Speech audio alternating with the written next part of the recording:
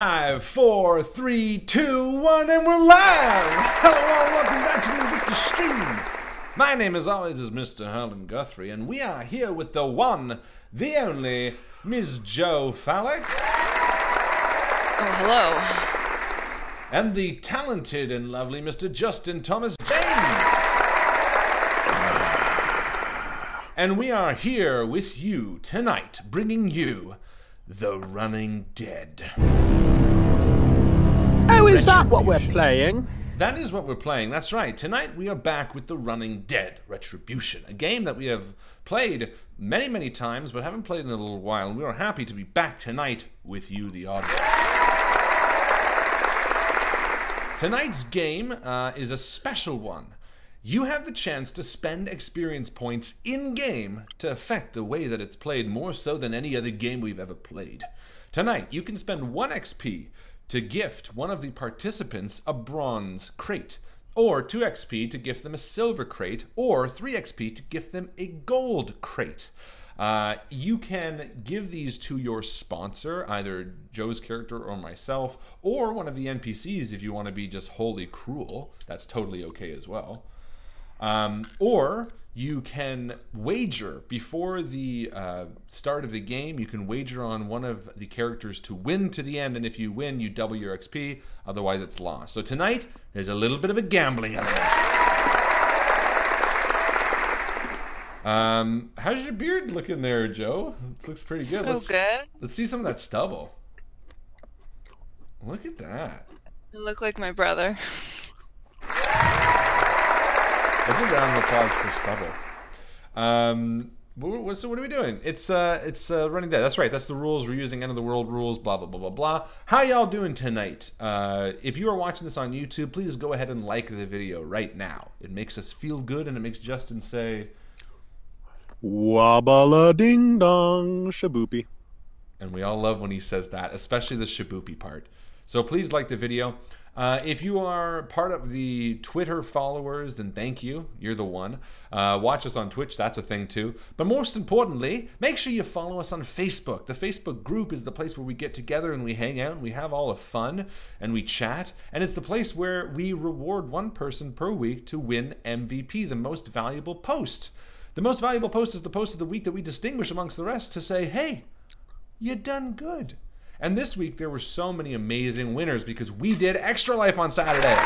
So amazing. Had so much fun. It was so much fun. We did so many amazing things. Not just us, but like, you know, everybody did amazing things. I mean, mainly us, but, you know, everybody. No, I'm teasing. Everybody who donated was absolutely brilliant. And thank you so much to the people who stuck around for the whole thing. I was trying to figure out who that was. I know Michael and Brianna did. I know Bjorn did. I'm pretty sure. Megan was there the whole time? Yeah, Megan was. But I think there were more. Mike the bassist was there a lot. Who else was there? I don't know, I gotta remember. But there was a lot of amazing people who were there the entire time, amazing people who donated, so thank you so much for that. It was such a great time. Joe ran an amazing Tomb of Horrors game, which was so much fun. A big round of applause for her. It was interesting. Yeah, we also had a crazy Hot Ones challenge that we had to go through, and that was really, really difficult as well. Oh my god. It was even more difficult the morning after. Was it? And oh, that's For me, right. Our new French members were there for like the entire thing. That was amazing. From like 5 a.m. our time till midnight. So that was awesome. Yeah. And as a cause for that also, I have the settings all set up. So if something's wonky, if we're skipping or something, let me know because I played with the settings for the stream and I know the settings for the 24-hour live stream were different for this stream. So you let us know if anything needs to be changed before the game really kicks into overdrive. Anyway, going back to what I was saying, the MVP, that's the thing of the week that we, the person during the week on Facebook that sort of was the coolest. This week it's a bit of a tricky one because we wanted to acknowledge people who helped us for Extra Life. We wanted to acknowledge people who posted in the group, and also it was Halloween, so there's a lot of really, really good posts. However, we discussed it and we decided that this week, because I don't think he's actually won yet, we are going to give it to our main man at Chronicle Brewing, Mr. Johnny Cowling, for many, many reasons. Oh, my sound effects aren't working.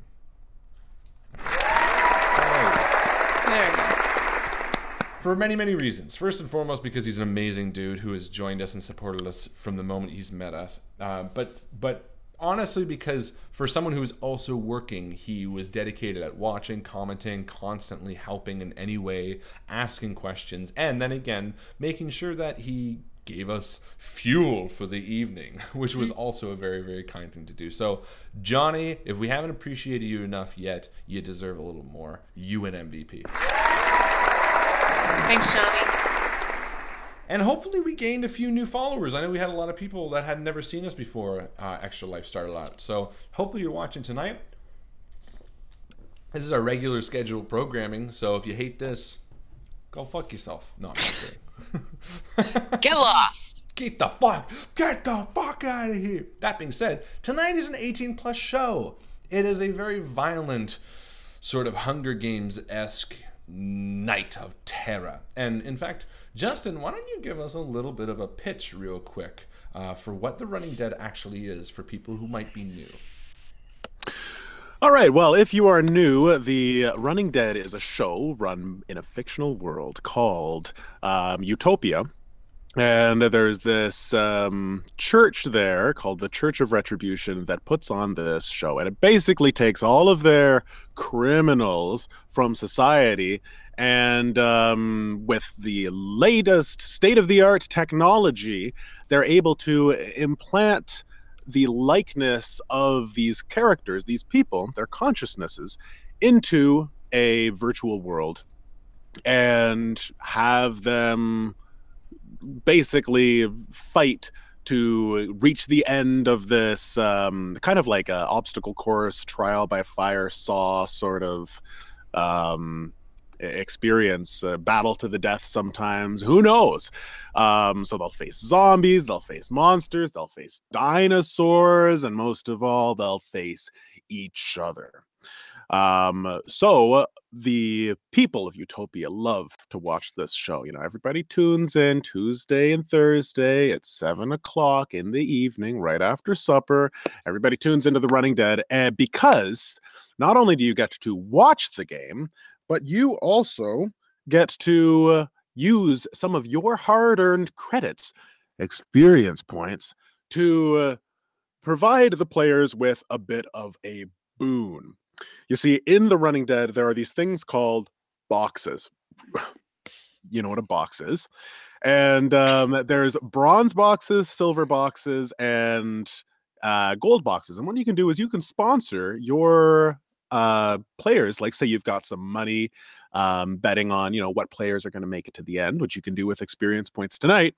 You can spend experience points to buy them a box, sponsor them, to help them out, and, you know, help them make it to the end. So if you have your experience points, there is an XP spending thread just below this one, and you can let us know whether or not you want to buy a box for any of the characters tonight.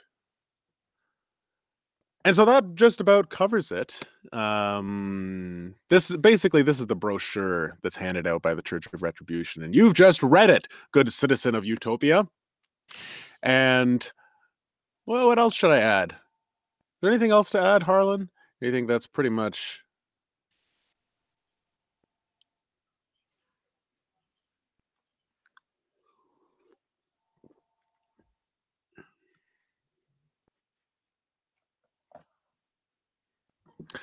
Oh dear. Well, I have a list of weapons, I believe, somewhere. Let's see if I can find it.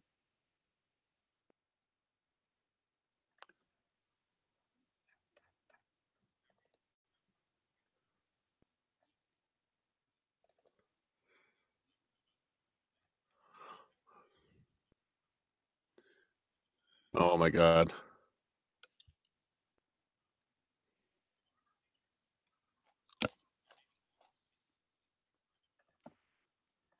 Harlan, they're saying that your mic isn't working. Oh no, Harlan's mic isn't working? No, for some reason it was muted. I just muted it. I didn't do it purposely. Oh no. I just checked and it was like clicked off. Was it the whole time, or was it just like the last like 2 minutes or something? It was just the last little bit because I was checking the volume before. This is a one-sided conversation. No, I mean it was pulling to me, so I don't know how long it was off. But point is, doesn't matter. Patreon suddenly worked, so I'm gonna copy paste it right now, and I'll send it to you, Justin. And you beautiful. In the meantime, why doesn't Justin riff or Joe? Why don't you riff for a second and tell us something awesome? Now I have a beard. I'm not the only. It's a very nice beard. I'm not the only person on stream without a beard, so I'm feeling pretty good about that. It's very nice. What is that? Is that marker? Or that's a combination of eye pencil and eyeshadow. Ah, makeup. Clever. Yes. It suits you. I'm rocking a man bun right now. Oh, good. Yeah. That's nice. So I can. As everyone with a beard should. That's right. Yeah. I think you boys have sort of been slacking on that front, but that's okay. I'll hold up my side of. Yeah. Oh, good. Right there you go. You got one. Just little tiny one. Yeah. Yep. That's all I have basically. That's how I made my beard too. Maybe go over the gambling aspect of tonight's game.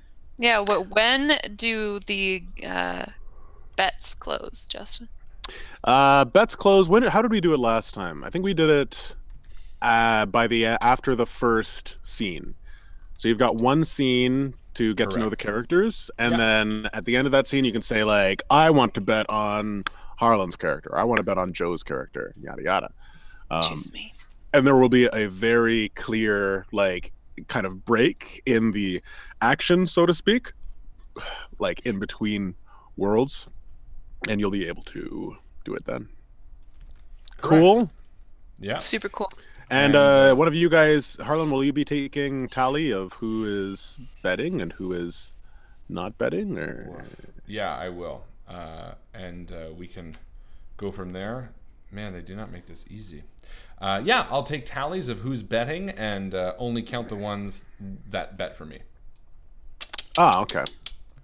Just everybody teasing. else is just losing XP. I'm just teasing. No, I abuse other things, not XP. All right, I think we're ready to go. We have the list done. I've sent it to you in Discord, Justin, if you want to check. The list. In Discord. Yes. Oh, I see. Yes. PM in Discord. So now you can check any weapons that we use that people suggest. I have closed the terrible Patreon thing that was just not really working, and I think we're just about ready for the credits. If you're ready, Justin. Oh, I'm ready. Why don't we do this? All right. Ladies and gentlemen, without further ado, we bring you... Get over there. There we go. We bring you... The Running Dead. The following program is paid for by the Church of Retribution.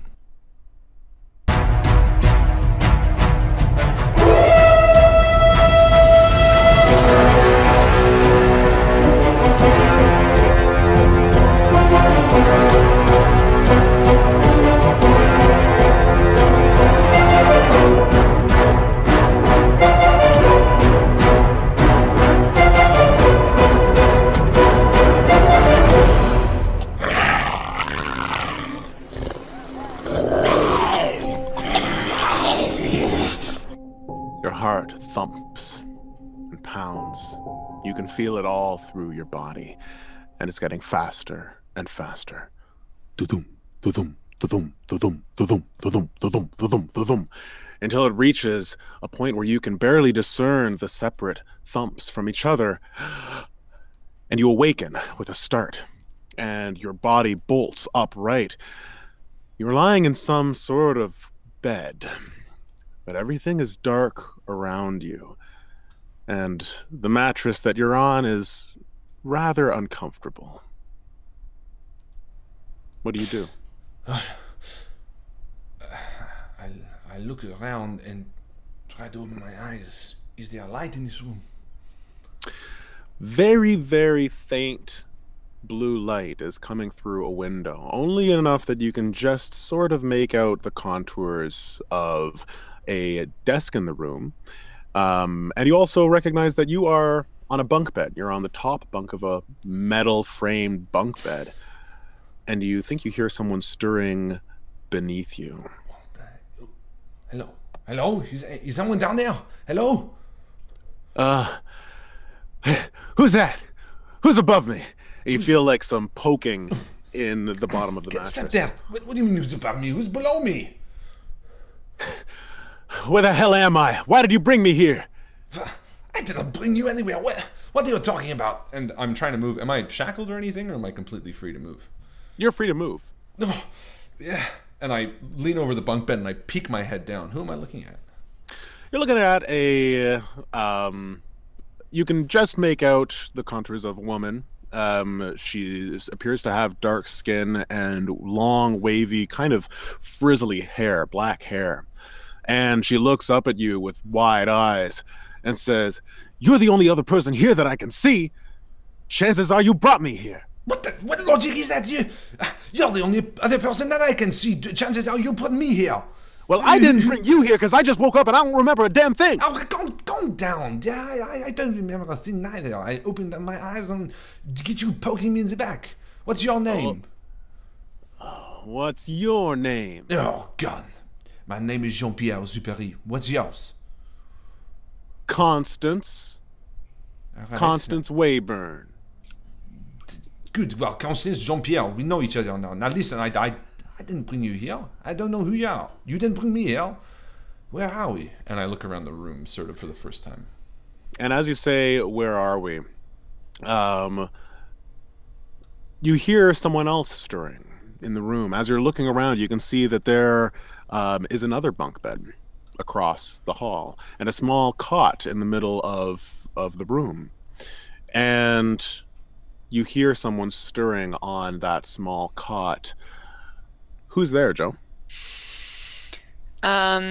Tossing and turning under a thin blanket, we see kind of a handsome gentleman. He slowly opens his eyes. "You guys keep it down. I'm trying to sleep over here. Thanks." What? Who the hell is that? She says, keep it down. Hey. Shh. What? And Jean-Pierre just looks at Constance like with this sort of like confused. No. I ain't gonna be quiet. I'm getting out of here. And you see this lady get up and she goes over to a window. It looks to be kind of like an ovular window. And this is like the source of the light. And she starts banging on it. It's kind of got like a metal grid through it. Very thin. I don't know if you know those, like, it's almost like a school window, I guess. Mm-hmm. Like those metal grid in between. Yeah. And she's smacking on it. Yeah. She's smacking on it. And there's that red glow through the window. And she's like, Hello! And Nick Will you get us out of here? Sits up on the bottom bunk and swings his legs around to the floor. He's like, "All right, lady, listen. You woke me up making such a racket. What's going on?" So maybe you're to blame. Maybe this guy's to blame. Maybe he's the reason we're here because he doesn't seem like he gives a fuck that he's in a new place. Listen, all I know is I was on a bender and woke up here. So, Nick Champagne, nice to meet you. And he stands up. And Jean-Pierre jumps down off the top bench with landing both feet. Oh. And Jean-Pierre, and this is Constance. Nice to meet you too. You don't know why we are here either. No, but I'll find out. And he looks around the perimeter of the room. Is there any means of egress? Anyone else in the room? Yeah, so there's that other bunk bed across the other side of the room. Beside the cot that you just got up from, there is a desk with like a bulletin board up on the wall, and it seems to be hanging off askew. But as far as other people in the room, you hear someone muttering on the bottom bunk. I don't want to do it. I can't do it. I don't want to do it. Nick ignores him. Starts kicking around the room. All right. I'm gonna need my shoes. Does someone have my shoes? No, I don't have your shoes. I'm wearing my shoes. And I walk over Oh, the... you're there. Found him. It's fine. Found my shoes. And he sits down on the bunk where the guy is kind of muttering to himself to puts on his shoes. Oh, okay. All right. Who are you? Who are you? Hey. I'm Nick Valentine. I thought you said your name was Nick Champagne. Good names are fluid here with me. What's your name? I can't go back in there. I can't do it. No, don't make me do it. All right. So we got a crazy man. We got a angry woman. Hold on, he's crazy. French guy. His name's Yusuf. Says the man on the top bunk. And how do you know that? I just know it. I get the feeling I've seen him before. And what's your name, friend? Doesn't really matter, does it? We're all gonna die. Eventually, I guess. We're all dying right now. If by eventually you mean in the next hour or so, or 3 hours, then I think you're definitely right. Okay. How I know that, hypothesis. I'm not sure. Hold on. What do you know that we don't crazy. know? I don't know who's who right now. Everyone seems crazy. I do know his name is Yusuf, and what is your name? And I think it does matter. We know everyone else's name. All right. My name's Russell. Russell Townsend, if that matters to you. It's just as insignificant as my first name. Oh, so you want to try to get out of here, huh? Hold on, I want to figure out why we are here. There's no. Yes, I want to find out how to get out of here. Will you tell us, Russell? Constance, calm down for a second. How do you know him? Why do you think we are going to die within the hour, 3 hours? What do you know that we don't know? I think you're burying Nick, apparently. You don't mind that we might die, Nick? This doesn't bother you? Opinion of a crazy man. We'll be fine. Yeah, you'll be fine. You keep telling yourself that. All right, listen, old man, tell us, why do you know this man and why do you think we're going to die? Well, just a feeling. You know, the feeling of being somewhere that you know you've been to, even though you don't recognize everything. What's that called? I think it's, Déjà vu. Yeah, I thought it was a French thing. You would know that, wouldn't you? Déjà vu. I'm feeling that for a few facts. One, that I've been in this here bunk room before with 4 other strangers. 2, that I've done this many, many, many times and died many times. And 3, that all of us are gonna die as well. It's just how it goes now. All right. Yusuf? Constance? Would you say your name was Jean-Pierre? Have you guys ever been here before, or am I the only person who's new to this experience? No, not that I can tell. I think I would remember something like this. I ain't never been here before. There's no way. I gotta get out of here. Hello? She starts banging on the glass. Would you calm down, please? That's not helping right now. Let us just... How did you know his name was Yusuf? That's... Even if you remember this, why his name? Has he been here before then? Listen to him. I don't want to go back in there. Don't make Yusuf go back in there, please. I don't want to. Don't. He doesn't want to. I don't want to. He doesn't want to. Yeah, right. Yes, he's crazy. Go back in there. He's not going back in there. Okay. Okay. Yeah. He speaks in the third person sometimes. I've been awake for the last 15 minutes or so. I guess I must have beat you guys to it. And feel free to look around the room. Checks his coat for any cigarettes. Does he have any? No cigarettes. You'll have to look around. Yeah, I'll kick some smoke. All right, let's stare this room about. And he begins looking around. I have a certain set of skills that come in handy when looking for secret compartments and the like. Oh, okay. let me think. What would that be with my profession? Would that be Eagle eye. like eagle eye? Yeah, so we're searching?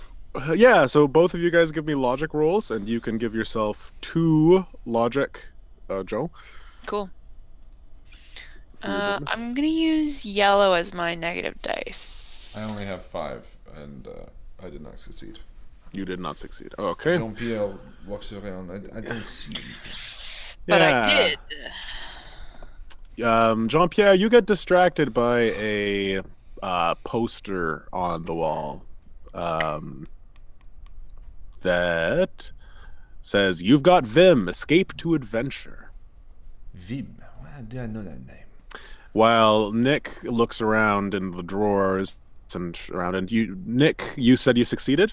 Yeah, I have a logic of 2, and I rolled a 2. Perfect, yeah. So you look behind the bulletin board as Jean-Pierre is looking at this strange poster, and you see a little cabinet door that doesn't seem to be like a combination or anything like that. Is there any way I can open it without anyone else seeing me?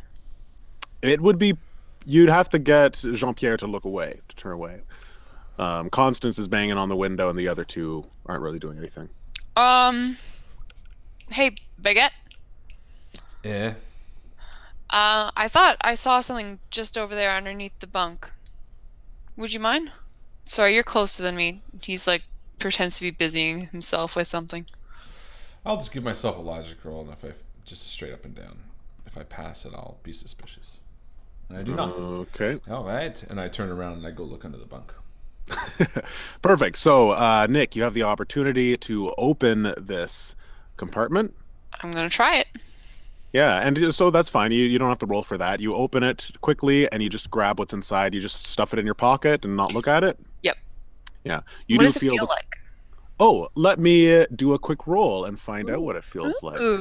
There is one thing as you're opening it. There's a little bronze cross on the inside of the door. And let's see what we got. Do you see anything under there? Pretty sure saw something glimmer. Was like I don't know. I'm gonna look under there now and see if there's anything. Go for it. And I failed. 6. Okay, perfect. So, looking around, you don't see much, but actually, looking around, you see dust. There's like a old blanket and just like some like garbage and stuff stuffed under the bed. Whereas Nick, you pull out 2 things. One is a key. And it's attached on a string, and as you pull further, there's a pair of goofy mustache glasses, and they kind of dangle there in front of you before you stuff them in your pocket. Anyone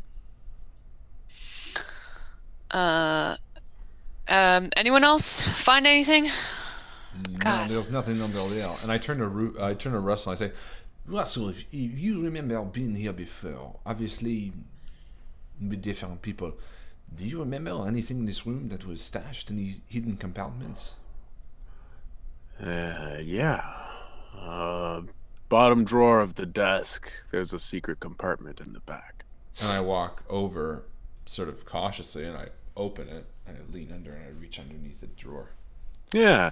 And as you reach back, your hand wraps around a box, like a little cardboard box. And I pull it out, sort of turning around for everyone to see.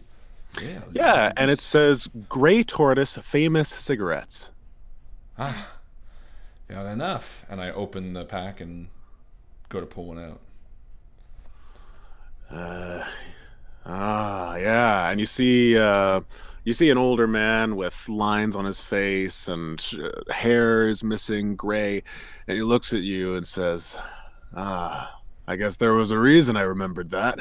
You mind if I bum one of those? No, not at all. They are yours, after all. And I take one and I put it in my mouth and I hand the pack to him. And I take the lighter out that was stashed in there as well. Strike it and light up. Okay. And Constance is trying the door and she says, Damn it, we're locked in here. Hello? And she keeps banging on the window. I think I saw somebody. Hello, hello? You need to calm down. If we are in this room, we are here for a reason.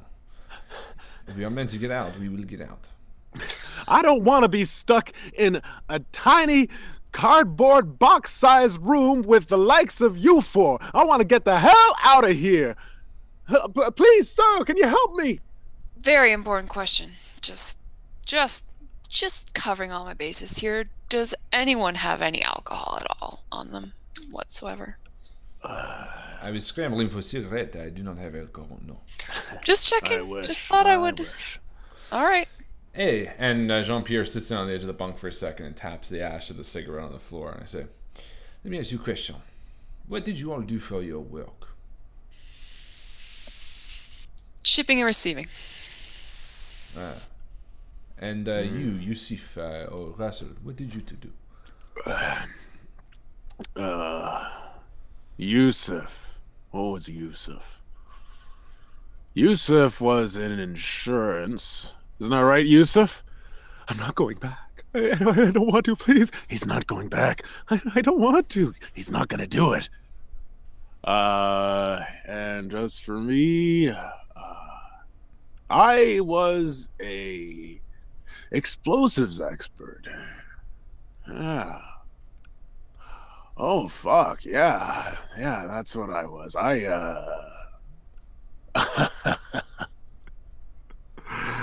I remember why I'm here. Oh, shit. What do you mean you remember why you're here? What do you mean by that? Expand. Well, let's just say that I'm not the best human being out there. I imagine you folks aren't the nicest individuals either. But, speak for yourself. I am a paragon of humanity. Uh-huh. Well, I got put in here, oh, I don't know how many instances ago. Yeah. I bombed a church. Church of Retribution. Still killed many people who had no idea what was coming to them, but, or what was going on. I mean, I guess they were innocent, but they believed in some pretty crazy shit. So, yeah, I bombed the place. And, I guess this is my punishment. Interesting. Constance, what about you? Is there a reason you're here? Listen, I don't know what the fuck is going on. I don't know where I am. I don't know what he's spewing up there. But I am here for no fault of my own. I need to get out. All right. Let me help you. And I stand up and I walk over to her and I say, listen, this is going to work better if we all trust each other, or at least to get out of this room, yeah? How do I know I can trust you? Because. And I'm going to roll on her charisma, and I have a likable feature. So I'm going to roll 2 positives. And both fail. Because. You haven't told us what you did. Oh, I was unemployed, unfortunately. Oh. Unemployed. Vagrant? Yeah. Yeah. And I look past her at the window. Fair enough. You saw someone outside. Let's see if you can get someone's attention. And I'm going to look out the window. What do I see? Perfect. Yeah, looking out the window, you see some machinery. It looks like maybe like a big furnace and a big metallic arm going up into the ceiling, and metal floors, like riveted floors, with like bar railings around like the heavy machinery.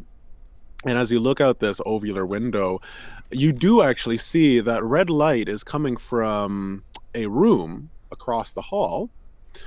And every now and then you see just like the back of someone just kind of emerge in the doorway and then go back into concealment. There is someone out there, but it seems suspicious. Is this a door that we're looking through? Yeah, so like if you picture the window and the door to your left where you are, the flooring kind of shaped like an uppercase I or a sideways H, and then across in the like forward and to your right, across from the machinery area, is an open door with the red light coming through. So I try the door. Did you actually try the door, Constance? Did I actually try the door? Of course I fucking tried the door. And I try the door. Does it feel like the knob doesn't turn, or is it deadbolt in the door? It's definitely locked.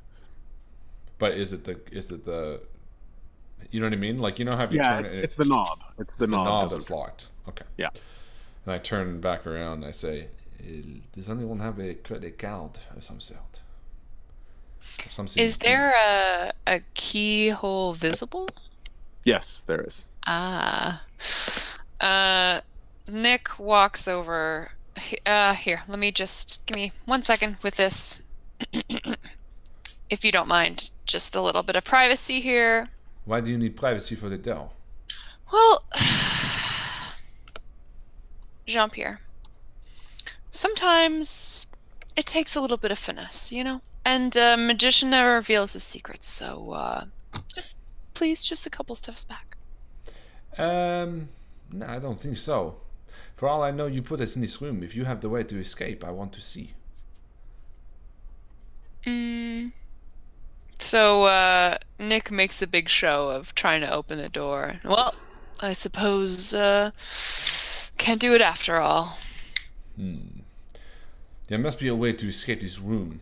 And Jean-Pierre walks back into the room and starts looking under, like, mattresses.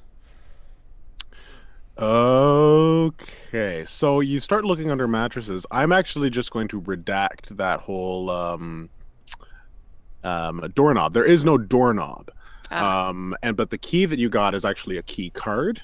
And the door is much heavier. It's like a metal door that is like, it looks like it might slide if there's power. Is there like a spot for a key card? Is this something that I would identify as being able to open? Yeah. So I'm just gonna keep messing around with the door and try to use the key card inconspicuously on it so that I can keep the card without letting anyone else know. Sure. Okay. So I'm gonna make that. You can do it any way you want. You can either try to distract them or do a dexterity, or how do you want to do it? I'm gonna roll dex. All right. I have a pretty high dex, and I'm gonna say I have a like sleight of hand, if that makes sense. That's my physical trait. Okay. Good at concealing things quickly if I need to. Perfect. Okay. I do succeed. Excellent. Yeah. So you're trying to open the door? Yes, and retain the key card. Excellent. Yeah. So you slip it in when everybody's turned away. Just quick as a flash, you swipe up, and you hear a little beep, and a green light flashes dully, very dully, on the swipe mechanism, and the door, you hear, starts to Hey, something's happening. And it rises about, and I start walking over. It rises about a foot, and then it stops. You can hear gears crunching and grinding. So it's rising up to a stop. Yeah. Holy shit, what was that? The door started to open. I wonder if it was No, out the window. What? What do you mean? I just saw something. In that room, something just I caught it out of the corner of my eye, just ran across as fast as the eye could see. Faster than any human. I wasn't looking. Nick, you were at the door. What did you see? I didn't see anything. Why don't you take a look? No, why don't you take a look? You got the door open. How did you do it? It just opened. Why don't you crawl under and we'll stay here? Well, why would I do that? Well, you obviously figured out how to open the door. Maybe you can figure out how to open it all the way from the other side. Pretty comfortable in this room, honestly. You guys are useless. And you hear the metal bars as Russell begins walking down. He says, Yusuf, you coming? No? All right. Excuse me. And he pushes you both aside and begins shuffling under. You shouldn't go alone. I'll come then. And he sort of gives a weary eye to, or a wary eye, I should say, to Nick. And crawls on his belly and follows Russell out. Weary and wary. I always confuse them. Two very different feelings. As he reaches the other side, he has a hand out that he helps you up. And he's got one hand just paused cautiously. And he gestures for you to go across. Not to the other side, like... If you picture like a sideways H again, if you go to the left, you can go to the left, you can go to the right. There's like machinery with like a path in between, and then there's another like hallway area. So our room is in the middle of this sideways H? Not exactly. Let me see if I can draw it for you guys. Yeah, I can do that. Do some ASCII art. Yeah, I'll do that. Let's see. Screen share. How do I do that? Or you just use a piece of paper. That's true. Usually there's a screenshot. Oh, there it is. Old school. All right, here we go. Okay, so you can see this? Yeah. Mm-hmm. All right. So you've got your room down here. Mm-hmm. And then you've got... maybe it's a bit smaller than that. But what you can see is like this area... and this area is like machinery. Boom. Yeah. And then machinery sounds. There's a room back here, and then that's where the door is. So we have blind spots basically out on behind either. Other machinery is what you're saying. Yes, behind the machinery you do. Okay, perfect. And he's pointing for me to go to the other door. No, so he is pointing for you to go... Oh, did I lose it? I lost it. To the to the west side, southwest side, beneath the machinery. In the corner, Yeah. beneath it. Yeah, yeah. Okay. There's space to crawl under it? Okay, sorry, not beneath it, beneath it. Here, I'll show you again. Sorry. It's okay. To the south of it. Yeah. To the south of it, yes. To the wall of the room that we're in. Like the corner, I should see it from outside where we're standing right now. Yeah, exactly. So he wants you fine. to go here. Sure. Okay. All right. I'm like, you don't have a weapon, do you? And he holds up his fists. All right, I'll try as well. And you're still screen sharing, by the way, Justin. And Perfect. Nick sticks his head underneath the door. Should I come out? Is there anything? What's going on? Shh. Yes. Okay. And I walk away. Can I grab a pipe from maybe the machinery? You can try to, but that's going to be difficult. It's going to require a lot of strength, and it might make a lot of noise. Yeah, okay, no, I'm just going to stay low and quiet and sneak over to the... With the spot. to the spot. And he turns back to you, and in the dim light, you can see him mouth, "On my go." And he's over on the other side, opposite. And he stands up from a crouch and goes, "Hey!" And ducks back down, and all of a sudden you hear a... the sound of footsteps on the metal ringing out in the room, and it becomes really loud as it reverberates all the metal surfaces. And as you peer around the metal bars and the machinery, you see, quick as a flash, this gaunt, scrawny, humanoid-looking creature, completely bald, running forward. It's barely able to stand up on its two legs as it just lunges towards Russell. And it gets into the middle, and Russell says, "Now!" And he throws his leg out. Oh, I was going to say, as it turns around towards him, I'm going to run up behind it. Perfect. Yeah, so he's going to try to trip it. Yeah, and I'm going to try to body check it over him. Excellent. Okay, so you're going to help him out with the tripping? Yeah, definitely. Yeah. All right. So I'm going to give him 3 positives and 1 negative. Perfect. Okay, so he's got 1 success, and then the negative and the positive cancel out. Perfect. So this creature careens over and crashes into his leg and slams his face into the ground, sliding across the floor. And Nick, as you're looking under, you see this creature slam and slide towards you, maybe a foot away, and you, I imagine, jump back as you see this pretty much on the same level as you all of a sudden. Ugh. And then what do you do? Yeah, what do you do, Nick? So you see this happen. Nick sort of like scurries back from. How big is the opening? Maybe 2 feet or so? It's about a foot and a half. A foot and a half. So he sort of scampers back and starts pulling on one of the bunk beds. Are they bolted to the floor?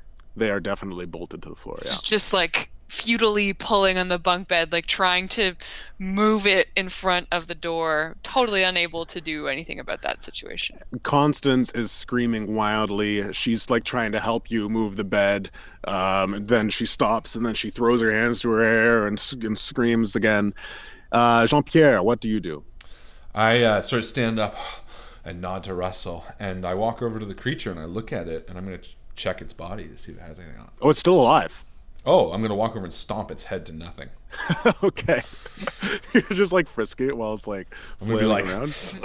As like blood splashes up and like covers my clothes and speckles my face. I'm just going to keep stomping it until the face is gone completely. Go ahead, give me 2 rolls. Positive rolls. And 1 success for sure. First Perfect. success of the game, right. and just squish it, stomp it, stomp it, stomp it, stomp it. Yeah, and you succeed. You manage to smash its face into oblivion. And I nod to Russell.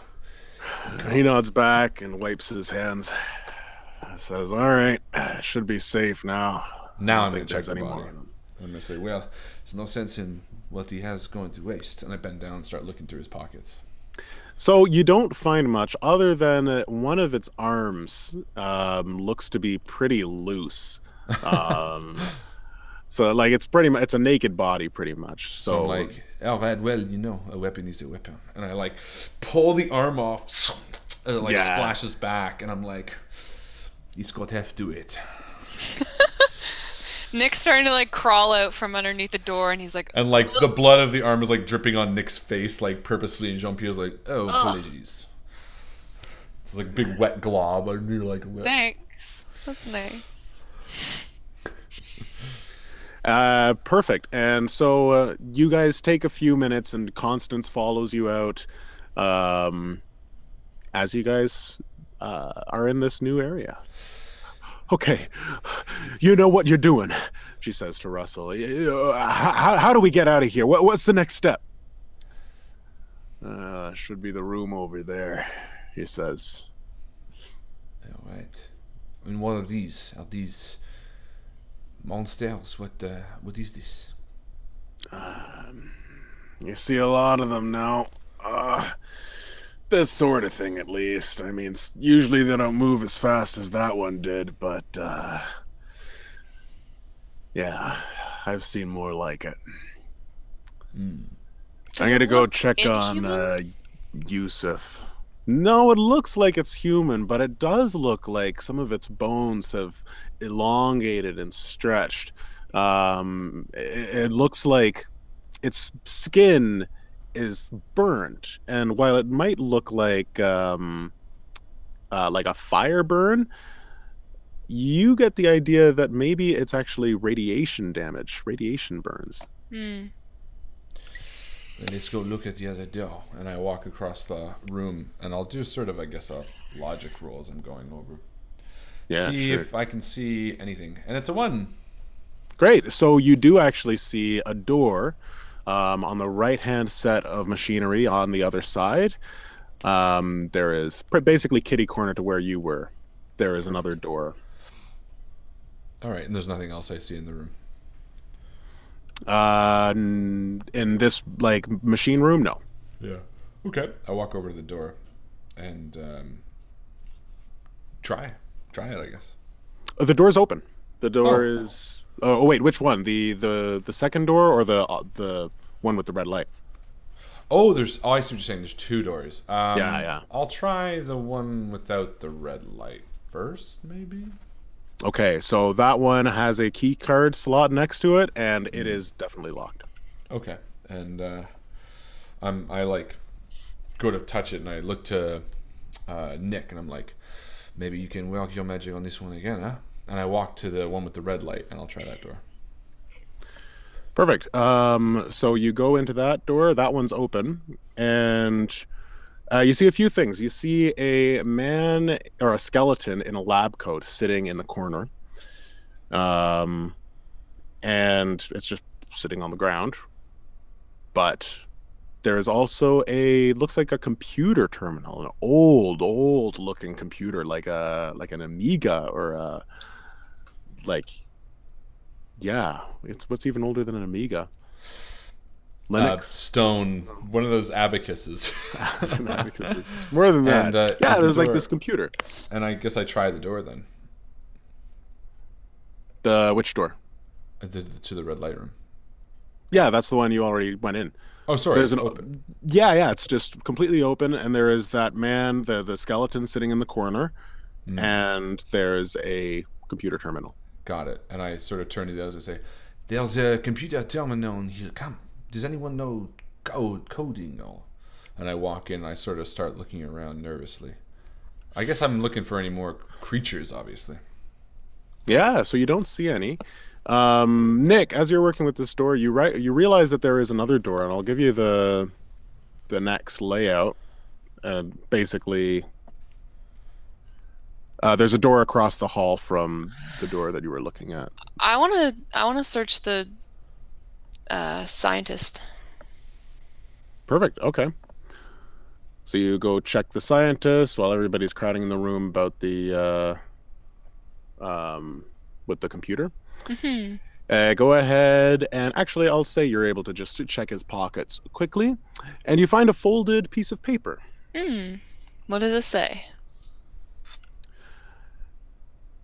A to a quick death. It's very like a scrabbled note. And one line says, A to a quick death. B to salvation. What is this? Notes say here. Makes kind of a production of opening it up. A to a quick... Alright. A to a quick death. B to salvation. Can anyone make anything out of this? Hello? Anyone? I don't know. And I walk over and take a look. He says what you say. I don't know. Maybe something on the terminal will make sense. And I walk over and I lean over the terminal and see what's on the screen.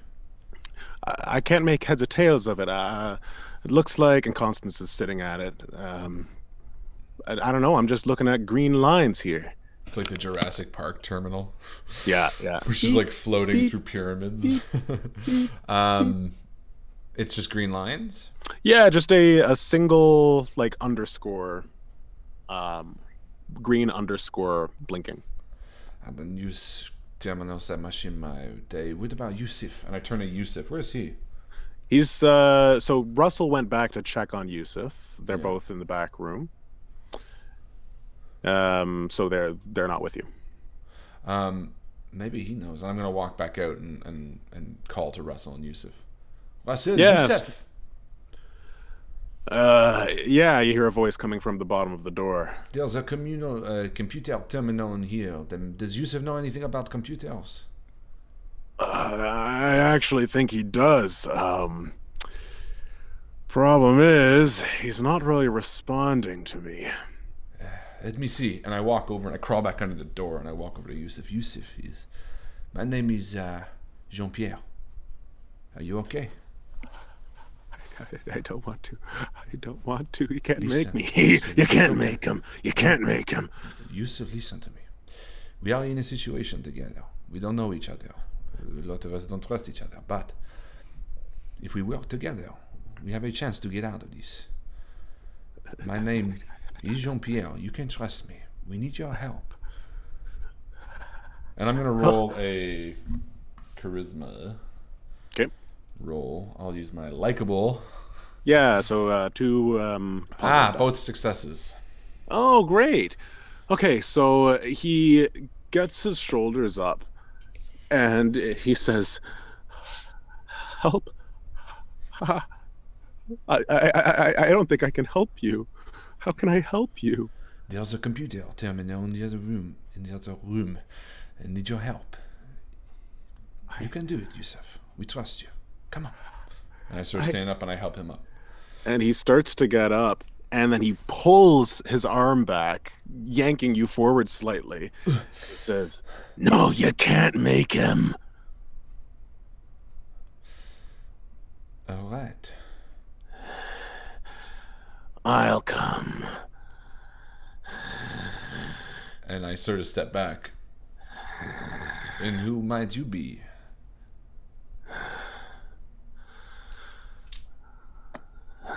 And he just stands up, eyeing you, and makes his way to the door.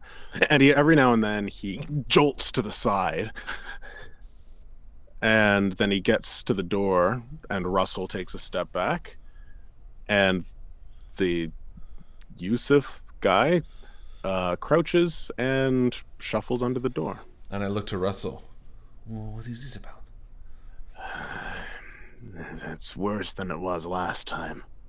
What is it? I think some sort of side effect. I don't remember. My mind's fuzzy on that. But hopefully he knows something about computers. And he gets back under the door. Meanwhile, Nick, you're in the other room, and... Yeah, I guess I'll examine the doors that you were mentioning. Try the key card that I have. Yeah, a key card doesn't work. Do a logic roll. I will. Nope.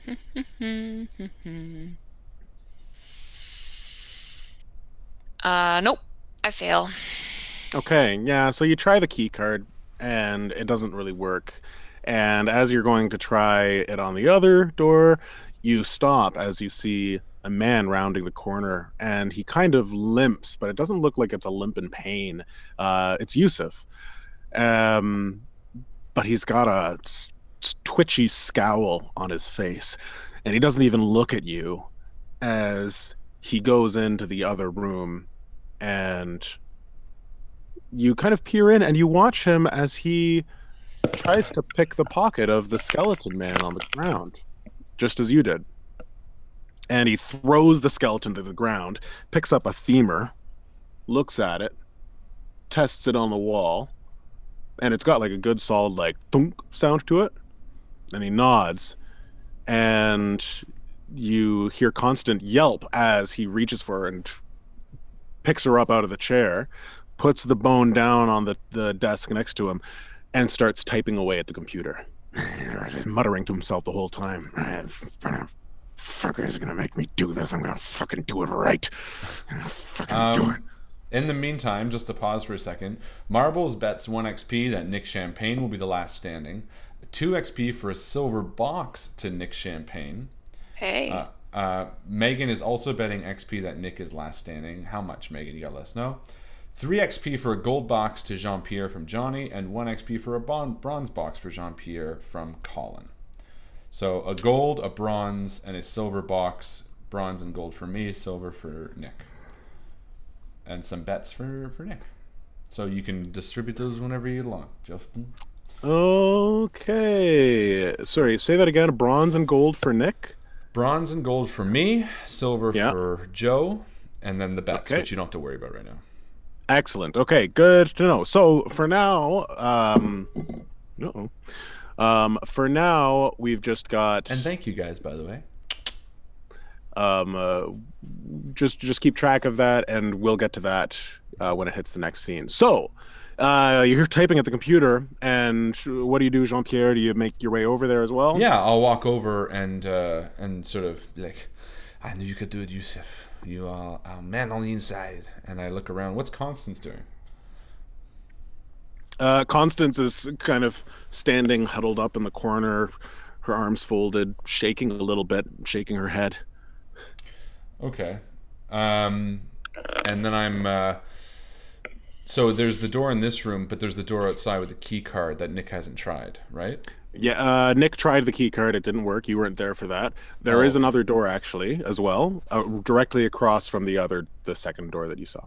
But didn't... Oh, from the second door. Yeah, but wasn't that the one with the key card, I thought?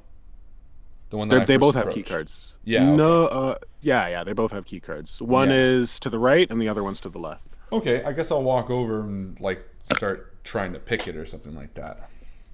Yeah, it would be like you see like there's like an opening area, and you do look in it. It's mostly wires and electronics and stuff like that. Okay, no, you know what I would do?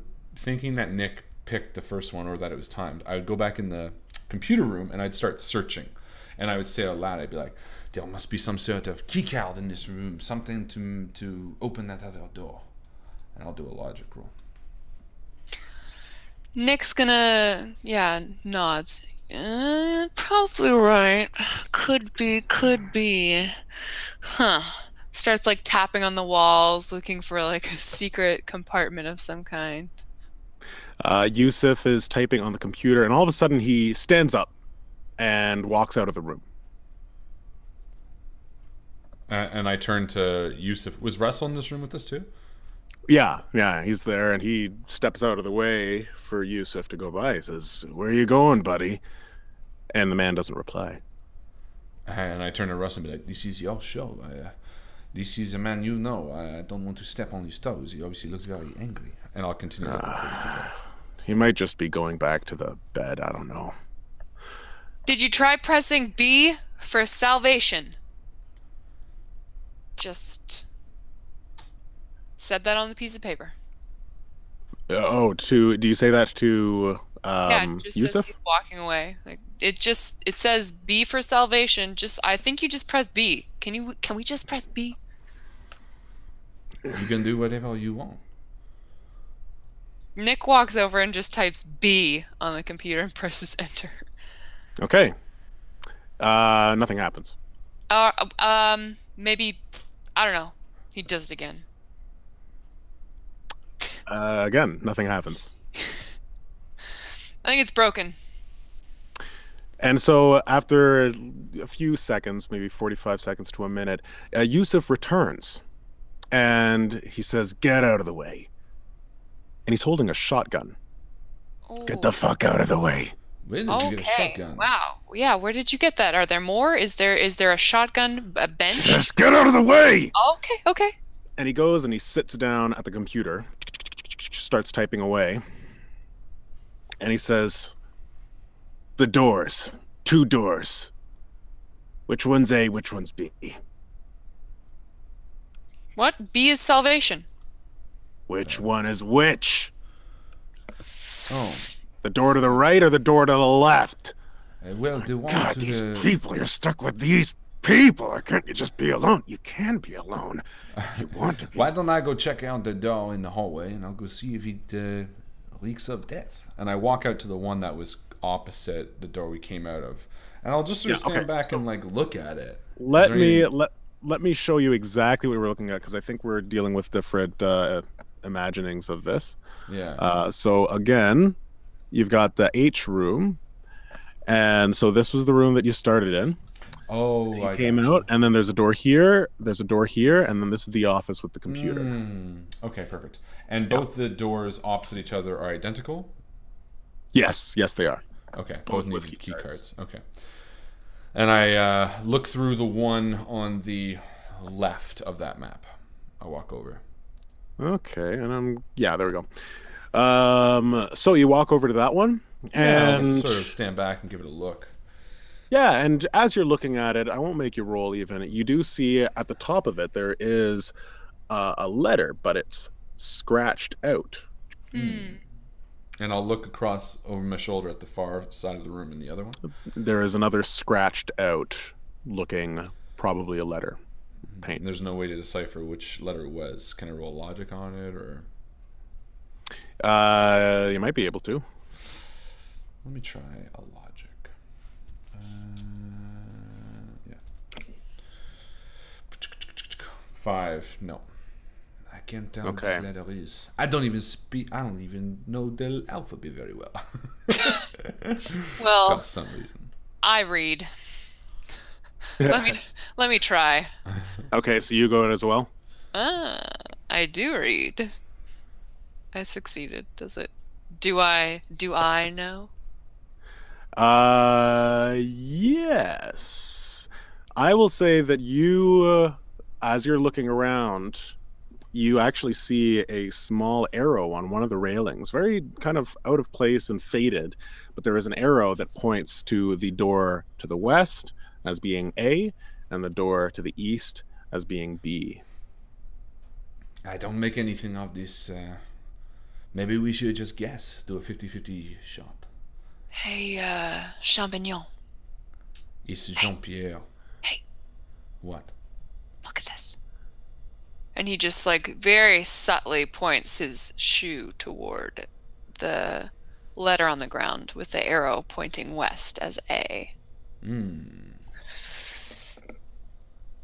If we're able to open one of the doors and not the other one, I think it should be this one. Just saying. I think I agree. Also, I'm kind of freaked out by the fact that the crazy guy has a shotgun. Maybe we should try to get it away from him. Well, I don't really do guns. What do you do? And I sort of take a step back and lean back and say, you said you are in importing, exporting, but you've been very shifty this entire time. I think if you want me to work with you, we need to trust each other. All right. I smuggle goods wherever they need to go. Don't ask a lot of questions about it. Yourself?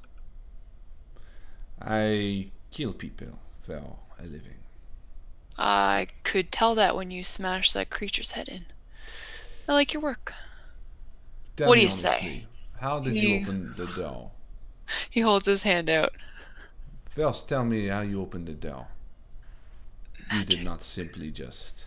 I found a key card, okay? I just don't want people to know that I... Tricky fingers. I think it might have been wise for you to keep it hidden, but unwise to not tell anyone. It seems like this game is designed to kill people. If we want to stay alive, you at least need to work with some person. Well, And that's why I have my hand out. Do you wanna, hello? Fromage? And I shake your hand. It's Jean-Pierre. And I pull him close and I say, you call me the wrong name again, and I will show you what I do for a living. And I let go of his hand. Hey guys, did you figure out which door is which? And I sort of cast a look to Nick. It is only the beginning. I think I've found the solution, ladies and gentlemen. If you cast your eye down to the floor, you will see that I have discovered the letter A here. Oh, it's A that leads to a quick death. Yes, so we should open that one, which is the letter B. You can see it there on the ground, and salvation, right? We'll all be saved. However, I think before we continue on, Nick and I were discussing, and we are a bit uncomfortable with your friend holding the shotgun. I think if all is fair, maybe I can hold it. You want to hold the shotgun? If it is okay. Well, be my guest. I'm not going to try to take it from him. Yusuf, and I walk over very cautiously. How are you doing, friend? Did you figure out the door? We did. We can tell you the answer. But we're a bit nervous. You're holding the shotgun. You're very angry. Yeah. All right. Your point being? Can I hold the shotgun? No. Which door is which? I tried. And Jean-Pierre thinks for a second about telling him the wrong door. And sort of like looks to Nick where we're sort of thinking the same thing. And he shakes it off. He's too early in the game. The B door is this way. All right. And he starts typing away. Work. And He's still holding the shotgun and tied with 2 hands? He's got it on his lap. So he's got a bone and a shotgun, and The bone is, he's left the bone. It's just sitting on the desk. so right Nick, now. like, he's like, do you don't mind entirely if I wield this human femur, do you? No, it's my bone! Okay, but I'm just saying. I'm gonna try to My snatch the bone! shot. I think I'll All maybe try right. to snatch the shotgun from him. While Nick is distracting him. Yeah. But we need his hacking skills. Yeah, but he's already... Do we, though? You have the key card. We know the exit. The key card doesn't work in these doors. Oh, right. Yeah, I guess we don't need the shotgun right now. Okay. So Nick's like, all right, you know what? Humans have 2 of those. I will get my own. Yeah, you can borrow mine. And I break my hand, my arm in Ew. half. No, And I thank you. hand you one of the bones. Does not take it. Would you don't want the There's other more bone? bones on the skeleton, too. I know, that's why I'm like, I'll take the other femur of this. No, it's like, skeleton. I figured mine was like a full arm. You can have like the one, and I got the other. I don't arms. want a forearm. Well, you can have this part. What? I take the skeleton bone. It's not 4, it's only 1. I don't know. It's not 4 arm. I don't know what you say. Alright, so we sit back and wait for this shotgun-wielding maniac to hack it, and while I do, I turn to Constance. Constance, it turns out that... yes, it was just done. Constance, it turns out that all of us are here for less than savory reasons. Are you telling us all that you actually are? No. I don't remember what happened before I came here. I don't remember anything. I just know that I'm a good person, and I would never do anything like bomb a church. It doesn't matter. At this point, we are all in this together. But trust at this point is important. If we don't trust each other, then we cannot help each other escape this place. So please, Constance, tell us, why are you really here? Okay, do a charisma roll. I will do a charisma roll. And I do not... Oh, yes. No, I succeed that one. 400. And she calms. She noticeably calms and relaxes as you're talking. And she speaks a bit in a hushed tone, kind of shields herself from the others and says, I honestly don't remember. I don't remember a damn thing. I wish I could tell you, but I don't know. I just know I'm a good person, like I told you. Listen, Jean-Pierre, and Nick comes over. It's possible that Constance here is the only saint among sinners. It's possible, yeah. But I don't believe it. And he pushes past her. And Did you stands in guys front- tell Yusuf which door? to Yeah, open? we said open number or letter B. Perfect. Okay, so as you guys are talking to Constance, you hear him press enter loudly, and then he stands up with his shotgun in one hand, his bone in the other, and pushes past you and Russell and starts walking towards the door and exits through it into a black room. All right, well, let us go into the unknown. And I follow after. Nick? Nick hesitates for a moment and then hefts his femur and walks forward. And you can hear the footsteps of Russell and Constance behind you as you enter a completely black room, and the door slides shut behind you. Shunk. Spooky. Hello? Hello? Guys, are you still there? Yeah, I'm here. What's up? I don't like this. I can't see a damn thing. Hello all, and welcome to another episode of The Running Dead! What? And the room illuminates into a bright screen of... There's screens all over every surface, over the walls and the ceiling, and it looks like you're just on a square platform in the middle of a stage, surrounded by a roaring audience.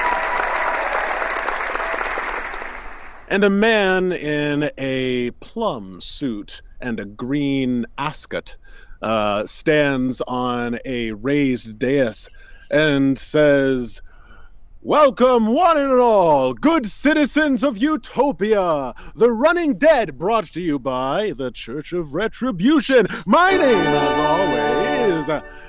name is Garland Huxley. And I'm going to be your host tonight, as always. Now, who do we have here? 5 woefully unlawful contestants, am I right? Just despicable human beings. But it wouldn't be the Church of Retribution if we did not give them a chance to redeem themselves. Oh, yes. That's right, ladies and gentlemen. It's the one show on Core Entertainment where we see people truly aspire to great things. Aww. Now... You're kind of a one-trick pony audience, aren't you? Couple tricks. What is this? I don't understand. And I turn around to Russell. Who is this man speaking? He's talking about us. Please, somebody help me! Please, somebody help me! I was trapped in a room with these... Oh, Constance. Please quiet yourself. Now, you're making yourself very unlikable with all that panicking. It looks like a few of you have already found some boxes. Well, if this is new to you, congratulations. Yusuf, you seem to be sporting some good firepower, aren't you? I'd kill you where you stand, Garland! Oh, I'd like to see you try. Now, the 5 of you, it turns out, have some fans. Some more than others. It's true. Johnson, would you please show the contestants what their sponsors have brought to them so far? Why, certainly, Garland!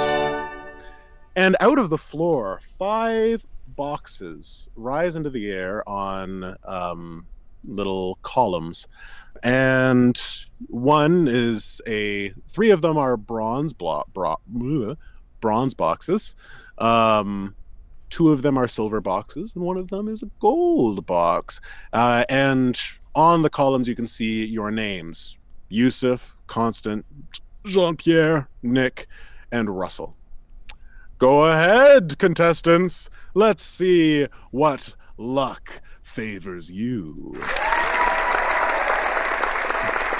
So I have a bronze and a gold in front of me?